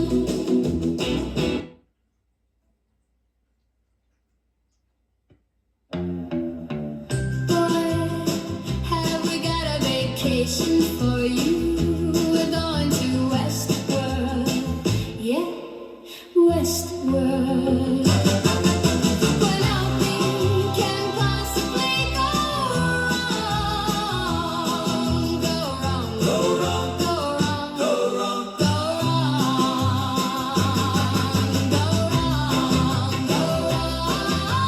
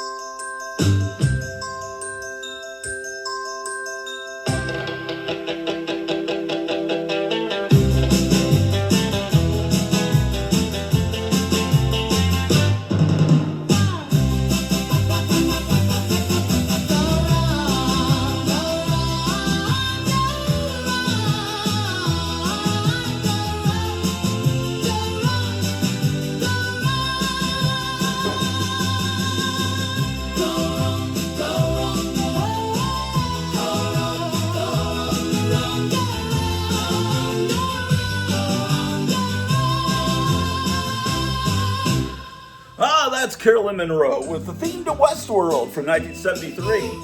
You're tuned into the Grottu Orloff Show, KLIF 1190. If I were a dictator, I would rule the world. Everything in it would be mine. I would have the boys wrapped around my little finger. I would rule them all with an iron fist. All would fear me.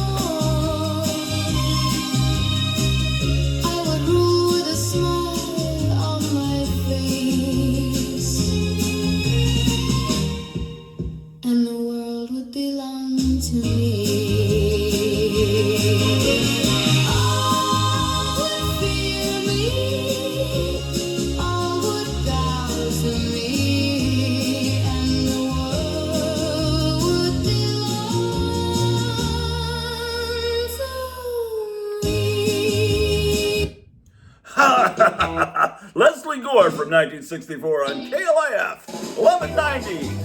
It's 9:12 in the morning, Sunday. It's gonna snow out there. KLIF 1190, the music of your life.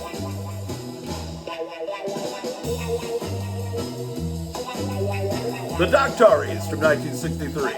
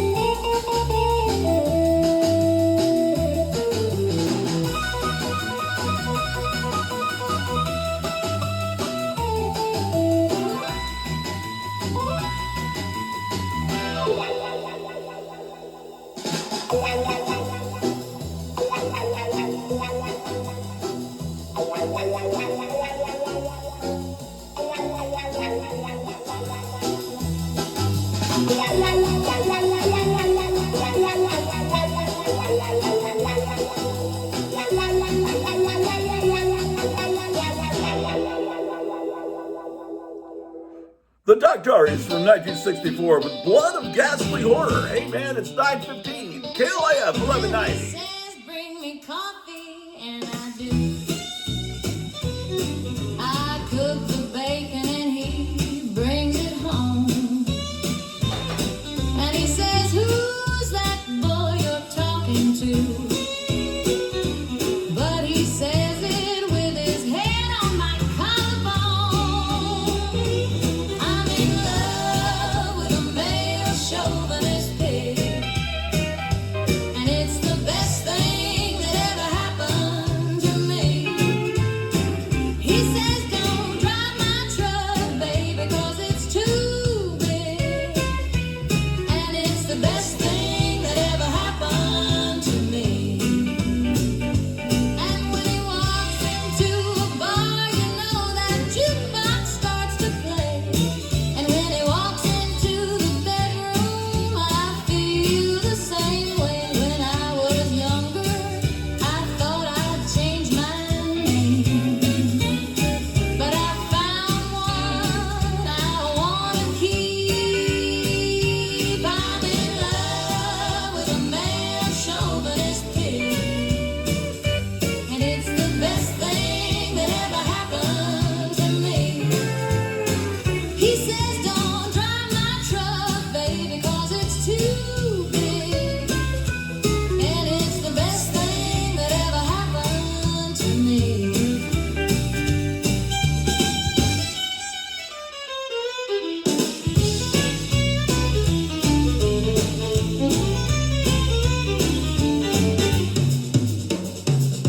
I'm in love with a male chauvinist pig. And it's the best thing that ever happened to me. He says, don't drive my truck, baby, 'cause it's too big. And it's the best thing that ever happened to me.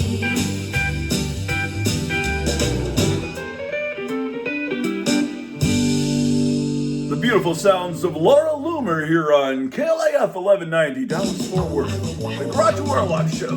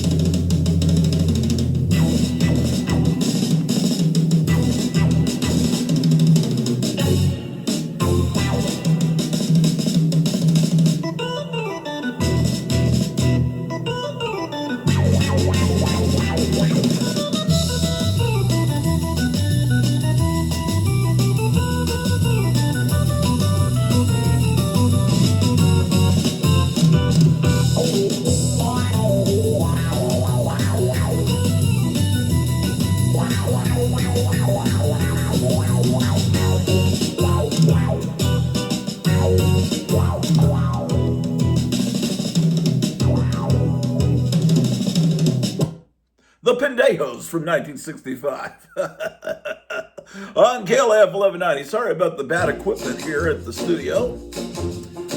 It's the Grottu Orloff Show, Sunday morning. You feel it when you walk into the place. Nice He's one. chopping on the tables and he covers his face. He's hungry for a body and you gotta get away, 'cause Leatherface is coming and he's looking for prey. The chainsaw is humming and he's looking for prey. It's Leatherface. He's Leatherface. You better run away. It's Leatherface.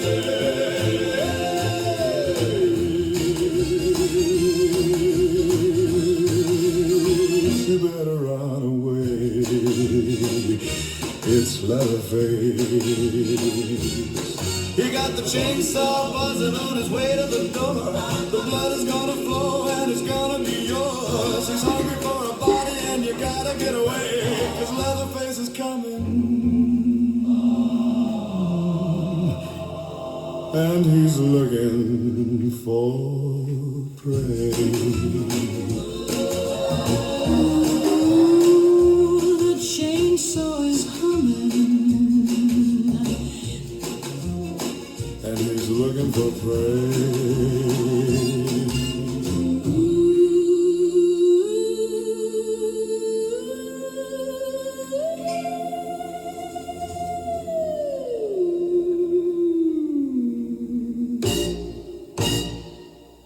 The Bernie Wrightson Trio from 1967. Ladies and gentlemen, it's the Grottu Orloff Show, and it's 9:22. And it's 21 degrees outside on a beautiful Sunday morning. tomorrow. I am going to do a nude photo shoot for the Sophisticate magazine.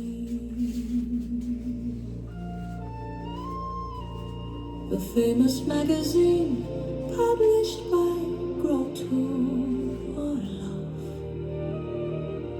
The famous magazine published by Grottu Orloff. He only chooses very beautiful women for his magazine. So this is quite a big deal. This is quite a big deal. This is quite a big deal. The women who pose for the Sophisticate magazine usually end up in the movies. The women who pose for the Sophisticate magazine usually end up in the movies. In fact, I was offered a role in a movie last week, and of course I took it. It isn't a major part, but it could be if I pose for the Sophisticate magazine.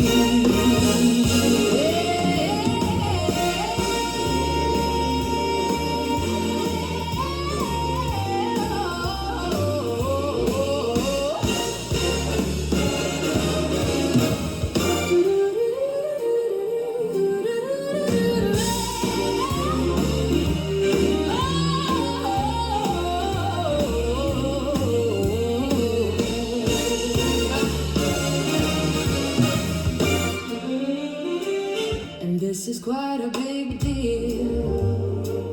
This is quite a big deal. This is quite a big deal. This is quite a big deal. Women who pose for the Sophisticate magazine usually end up in the movies. The women who pose for the Sophisticate magazine usually end up in the movies.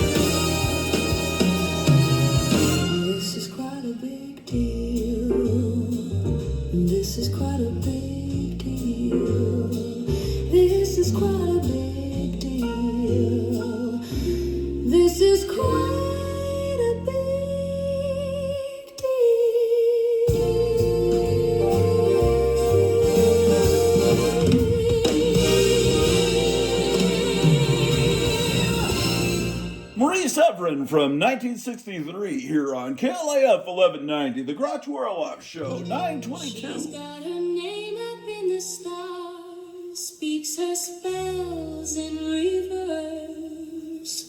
She's the backbone of the league. Where would they be without her? She's got her name up in the stars, speaks her spells in reverse. She's the backbone of the league. Where would they be without her? Here she comes, the mistress of the mystic art. Here she comes, the queen of magicals. Zatanna's coming to rescue you. Zatanna's coming to rescue you. Zatanna's coming to rescue you. Zatanna's coming to rescue you. Zatanna's coming to rescue you. Zatanna's coming to rescue you. Zatanna's coming to rescue you. Zatanna's coming to rescue you. She's a master of the arcane with a top hat and tux. Her father's second cousin is Leonardo da Vinci. She was raised by the Phantom Stranger. Her mother's Nostradamus' daughter. Her father's second cousin is Leonardo da Vinci. Here she comes, the mistress of the mystic art. Here she comes, the queen of magicals. Zatanna's coming to rescue you. Zatanna's coming to rescue you. Zatanna's coming to rescue you. Zatanna's coming to rescue you. Zatanna's coming to rescue you. Zatanna's coming to rescue you. Zatanna's coming to rescue you. Zatanna's coming to rescue you. Here she comes, the mistress of the mystic arts. Here she comes, the queen of magical.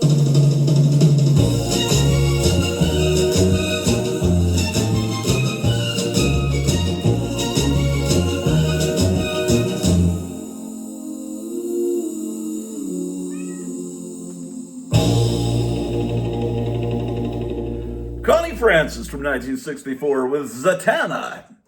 It's KLAF 1190. This weekend, where the action is KLIF 1190. And the Grottu Orloff Show. Sunday morning.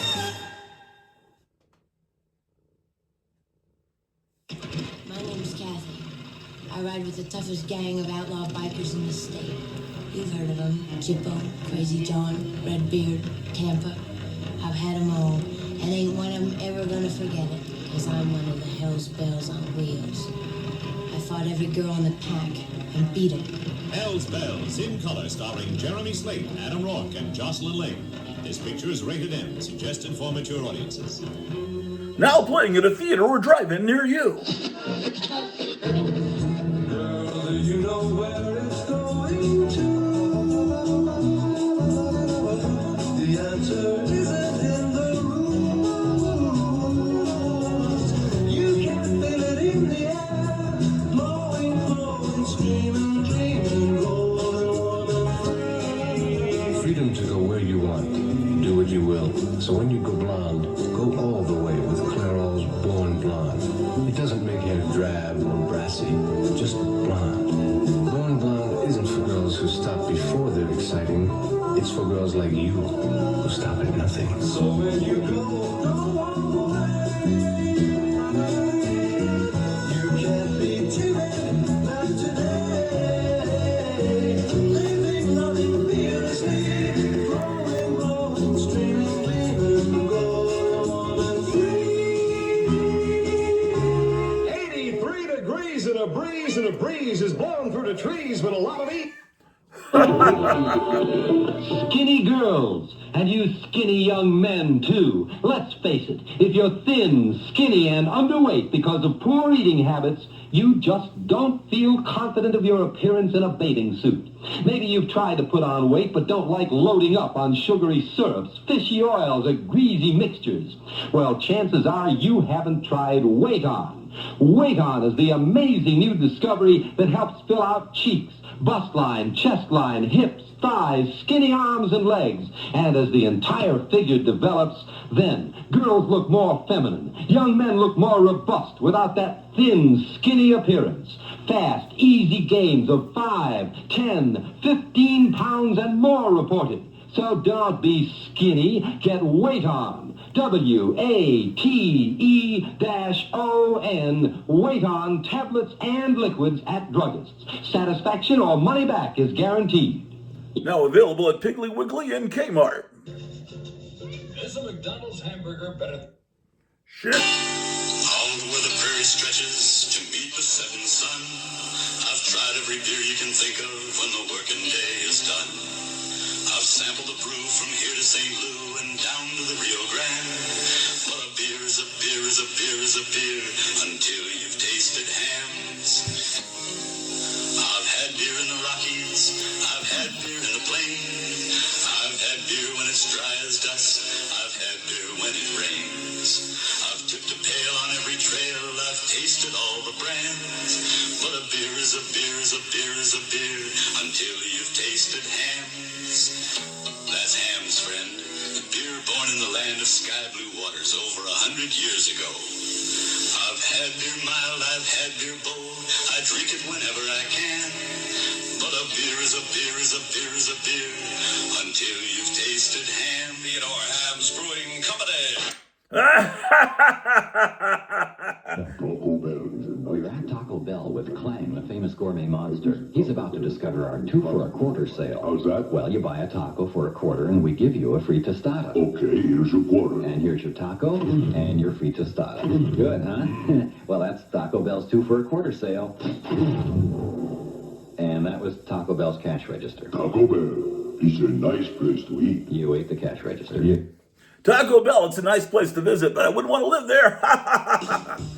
KLIF.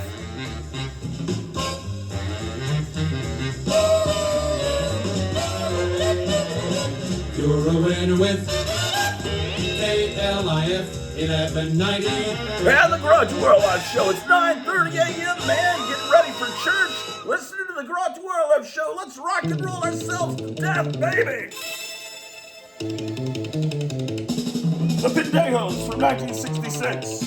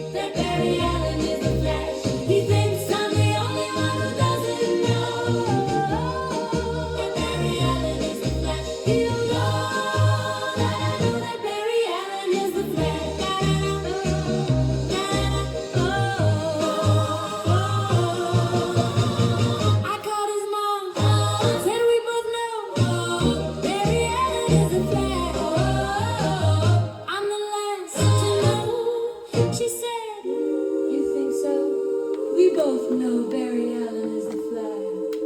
He's been running around since he was born. All these years, I thought it was just a phase. I was around. He don't know that I know that Barry Allen is a fact. He thinks I'm the only one who doesn't know that Barry Allen is a fact. He don't know that I know that Barry Allen is a fact. Barry Allen is a fact. He thinks I'm the only one who doesn't know that Barry Allen is a fact. He don't know that I know. The Shirelles from 1963 here on KLIF 1190, the music of your life. I'm your host, Dr. Grottu Orloff. Stay tuned all Sunday morning for some great rock and roll and memories. Met him on the street on Friday. I said, what a day to have a day off. Said, I'm just running around town. How about you? I said, I've been on my feet for hours. My friend is having a flower shop. Grand opening. So I bought a bouquet. He said, that's nice. I said, okay. I said, anyway, do you know the comic shop nearby? Have you heard of it? Have you ever been? He said, of course. And I said, oh, I'm just so excited, don't you know? It's a good day to be alive. It's a good day to be alive. 'Cause I bought a copy of Amazing Spider-Man number 19. 'Cause I bought a copy of Amazing Spider-Man number 19. He said, what a find, it's in great condition. I'm just wishing you luck with your purchase. I said thank you and I walked away. And as I walked down the street, my thoughts they did repeat. Oh, it would be so nice. Oh, it would be so nice if he was my friend. 'Cause I bought a copy of Amazing Spider-Man number 19. 'Cause I bought a copy of Amazing Spider-Man number 19. I bought a copy of Amazing Spider-Man number 19. I bought a copy of Amazing Spider-Man number 19.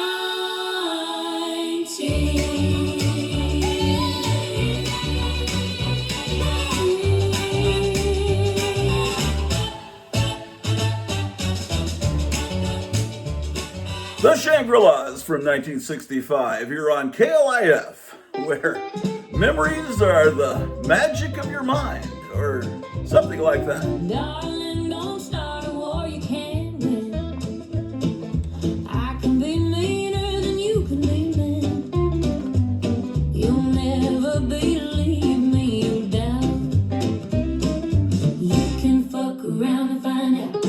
You'll be staring down a steel barrel, stunned and confused, your eyes full of peril.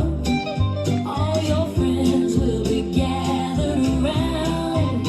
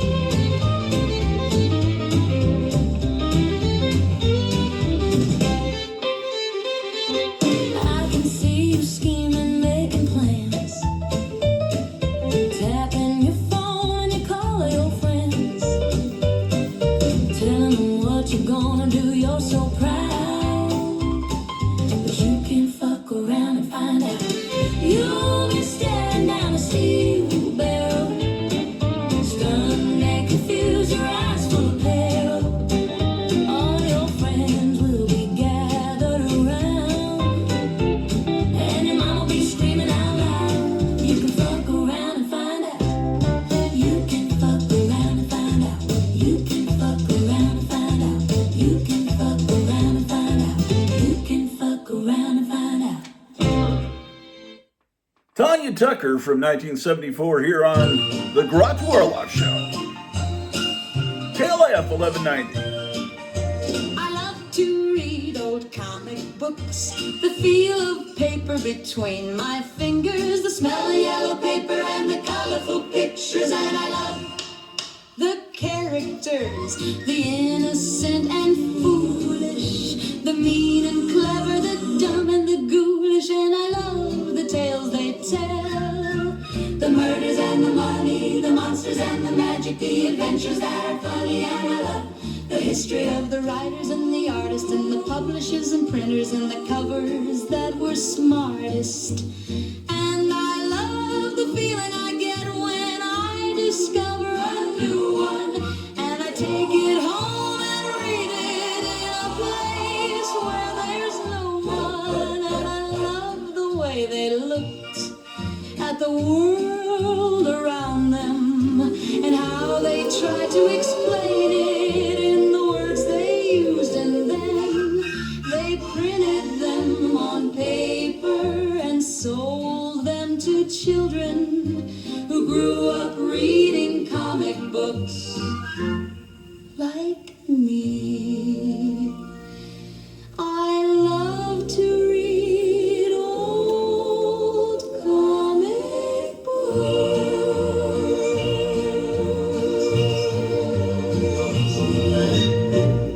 Diane Renee from 1967 here on KLAF 1190. William M. Gaines was a great man. He worked on a big magazine. It was called Mad, and all the people said it was the best they ever had. William M. Gaines was a great man. He worked on a big magazine. It was called Mad, and all the people said it was the best they ever had. Oh, William M. Gaines was a great man. He worked on a big magazine. It was called Mad, and all the people said it was the best they ever had.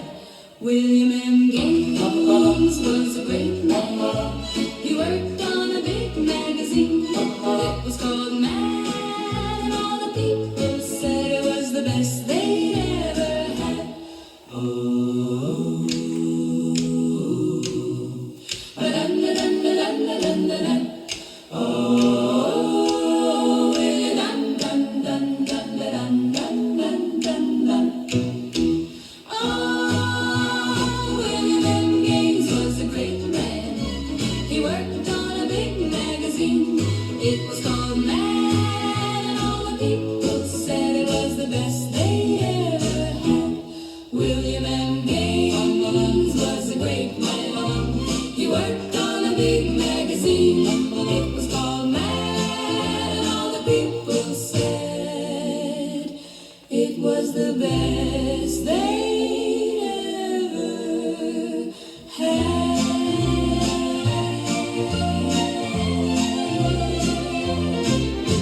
Hey, we're having a psycho, nutso, schizo freak out this morning here on KLAF 1190, the music of your life. 940. The girls at Taco Bell have giant boobs. I've never seen anything like them. It's like they don't exist, but they do, and they are nice to me too. The girls at Taco Bell have giant boobs. The girls at Taco Bell have giant boobs. The girls at Taco Bell have giant boobs. The girls at Taco Bell have giant boobs. It's just another thing I can't believe in. When I feel like the whole world is against me, they have to lean over the counter to give me my food, and I think that's really cool. The girls at Taco Bell have giant boobs. The girls at Taco Bell have giant boobs. The girls at Taco Bell have giant boobs. The girls at Taco Bell have giant boobs.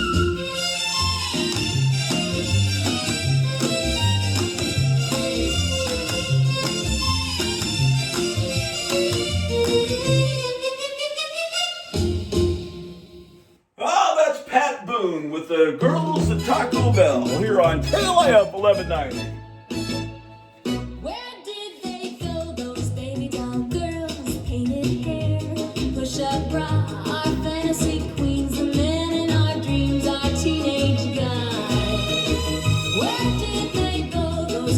it right. Candy paint, so damn low. The smell of the gas, the need for speed fast. Yeah, how I long. Put a dime in the jukebox. Put a dime in the jukebox. Put a dime in the jukebox.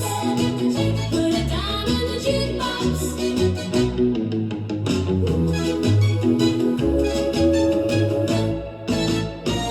Where did they go, those heroes of old? Bizarro, Dr. Doom, Madman in spandex. It's just a reflex, howling at the moon. Where did they go, those icons of old? Elvis and Bo Diddley, Fats Domino, Jerry Lee Lewis, hallelujah, the Beatles. Put a dime in the jukebox. Put a dime in the jukebox. Put a dime in the jukebox. Put a dime in the jukebox. I got all the good songs. I got all the great songs. I got all the hit songs. I got all the fun songs. I got all the sad songs. I got all the bad songs. I got all the dance songs. I got all the chant songs. Put a dime in the jukebox. Put a dime in the jukebox. Put a dime in the jukebox. Put a dime in the jukebox. Put a dime in the jukebox.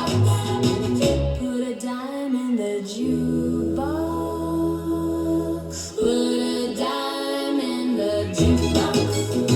Put a dime in the jukebox. Put a dime in. Ramona Frayden with Put a Dime in the Jukebox here on KOF 1190. I'm sitting here and thinking when you came my way that I was such a fool to fall in love with you. You only used me and you led me astray. You tried to hurt me, but now you're feeling blue. I hate to say it, but I told you so. That someday, baby, you'd be feeling low. 'Cause you're just like Godzilla, Godzilla, Godzilla. The meanest creature I know. And you're just like Godzilla, Godzilla, Godzilla. The meanest creature I know.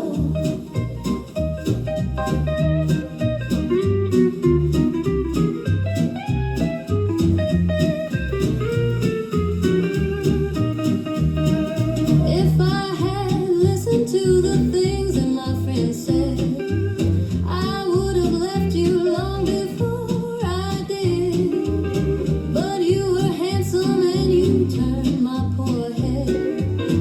And now you're acting like a little kid. I hate to say it, but I told you so. That someday, baby, you'd be feeling low. 'Cause you're just like Godzilla, Godzilla, Godzilla. The meanest creature I know. And you're just like Godzilla, Godzilla, Godzilla. The meanest creature I know.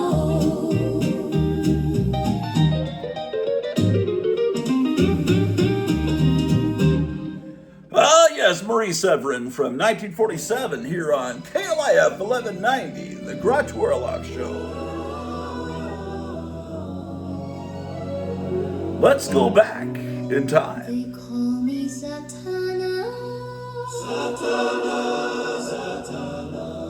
I am a master of magic. When I say niti na namra elna oi, emo sewa ebue, wipa ebue, oh lovely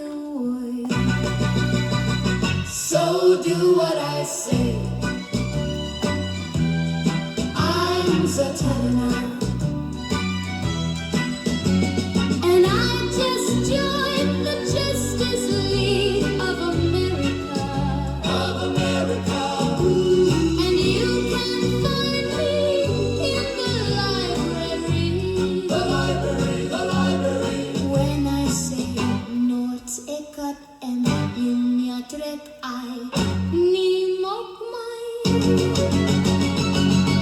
You do what I say.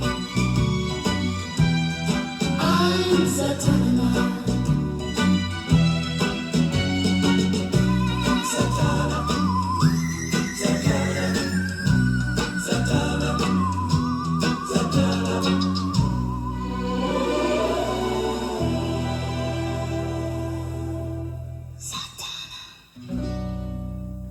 Geneseo from 1966 here on KLF 1190, the Grottu Orloff Show. 22 degrees out there. Stay warm and stay safe.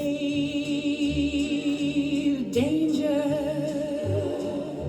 Who could be next? Death comes unexpectedly. The woman or the man you sleep with will die violently. I love pre-code horror comic books from the 1950s. Tales from the crypt, the haunt of fear, and the vault of horror. I love pre-code horror comic books from the 1950s. Suspense, crime, suspense stories, and the vault of horror. Shit!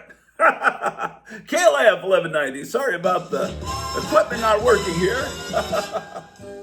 We're first in Dallas with entertainment. So plan your weekend with music and us. Oh, shit. Hey, it's KLF, man. It's Sunday morning. Hopefully you're listening to us in your earbuds at church and having fun, man. It's 22 degrees out there, but it feels like 8 degrees. Man, it might snow later. Go out there and be safe, man. And drink lots of Dr. Pepper. And great teen, man. And I'll be getting a special prize in the mail tomorrow. Special surprise. There'll be a great show based around that. So make sure you tune into the Grottu Orloff Show on YouTube, man. And may God bless you, everyone. Grace and peace be upon you. You'll find the fun radiates around KLIF 1190. And the Grottu Orloff Show!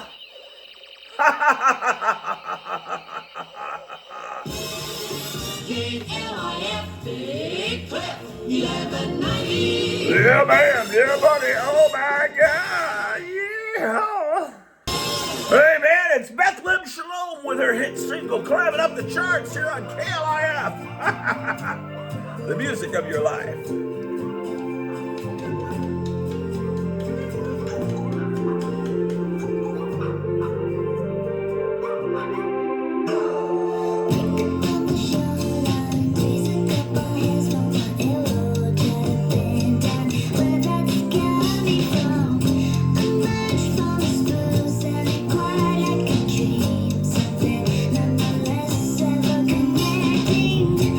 Call waiting for a bus.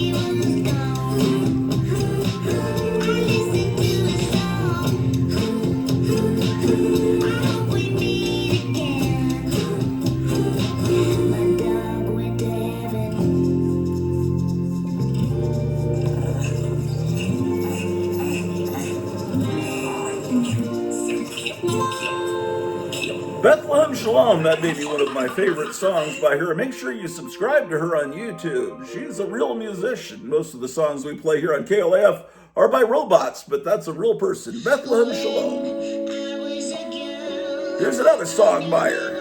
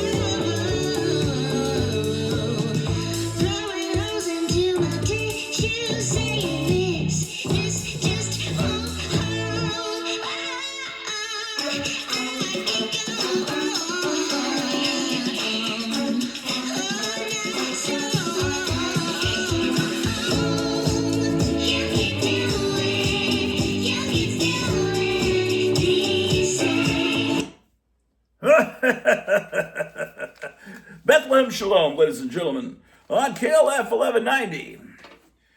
Oh my gosh.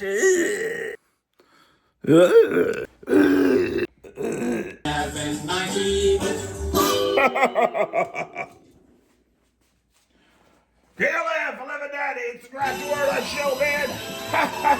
Remember this Big Cliff classic. Yeah, man. KLIF. Let's go back to 1962, ladies and gentlemen, to remember this wonderful song. The Tomb of Dracula.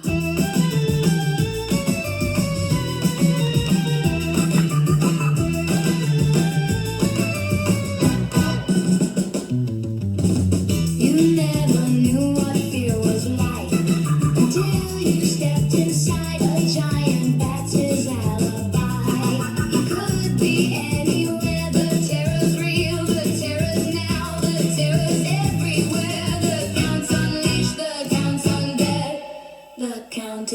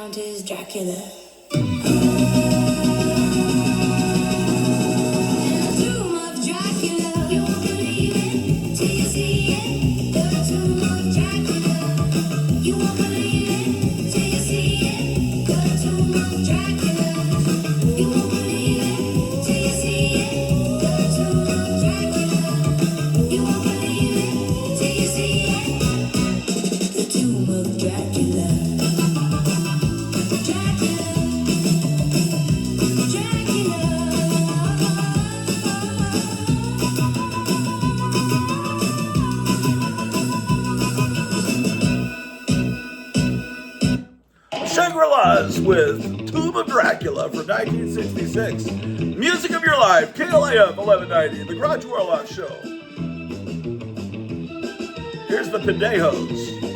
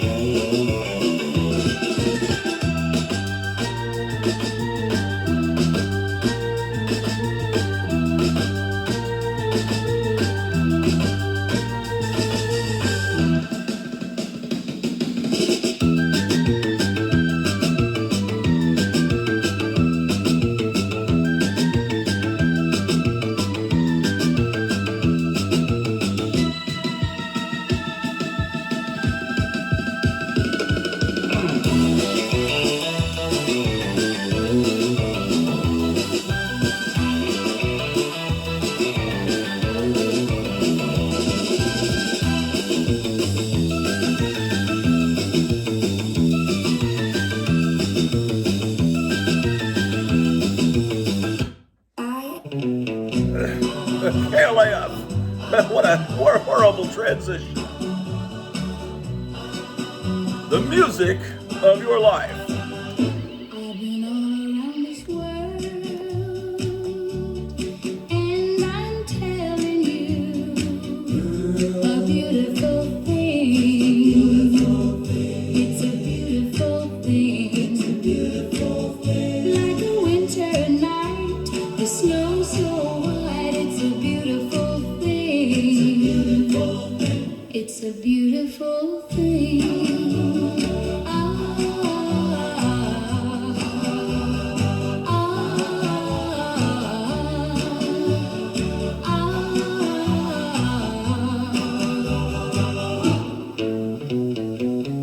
Like a night in June and a silvery moon. A beautiful thing. It's a beautiful thing. Like the birds and the bees, like a tropical breeze. It's a beautiful thing. It's a beautiful thing.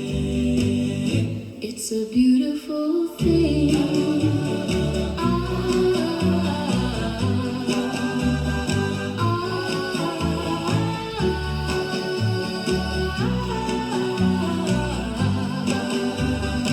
I wanna hold you close, close, close to me. Just as close, close as can be. And I need your love, love all the time. Give me love, love, ooh, love, love,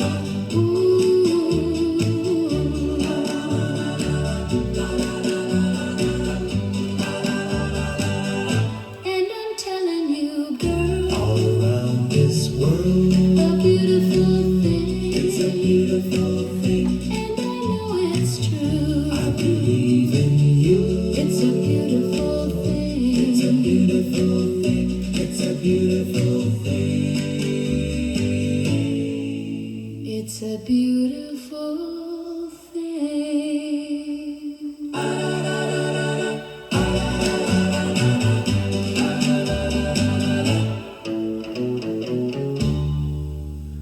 Making music great again here on KLAF 1190, The Grottu Orloff Show.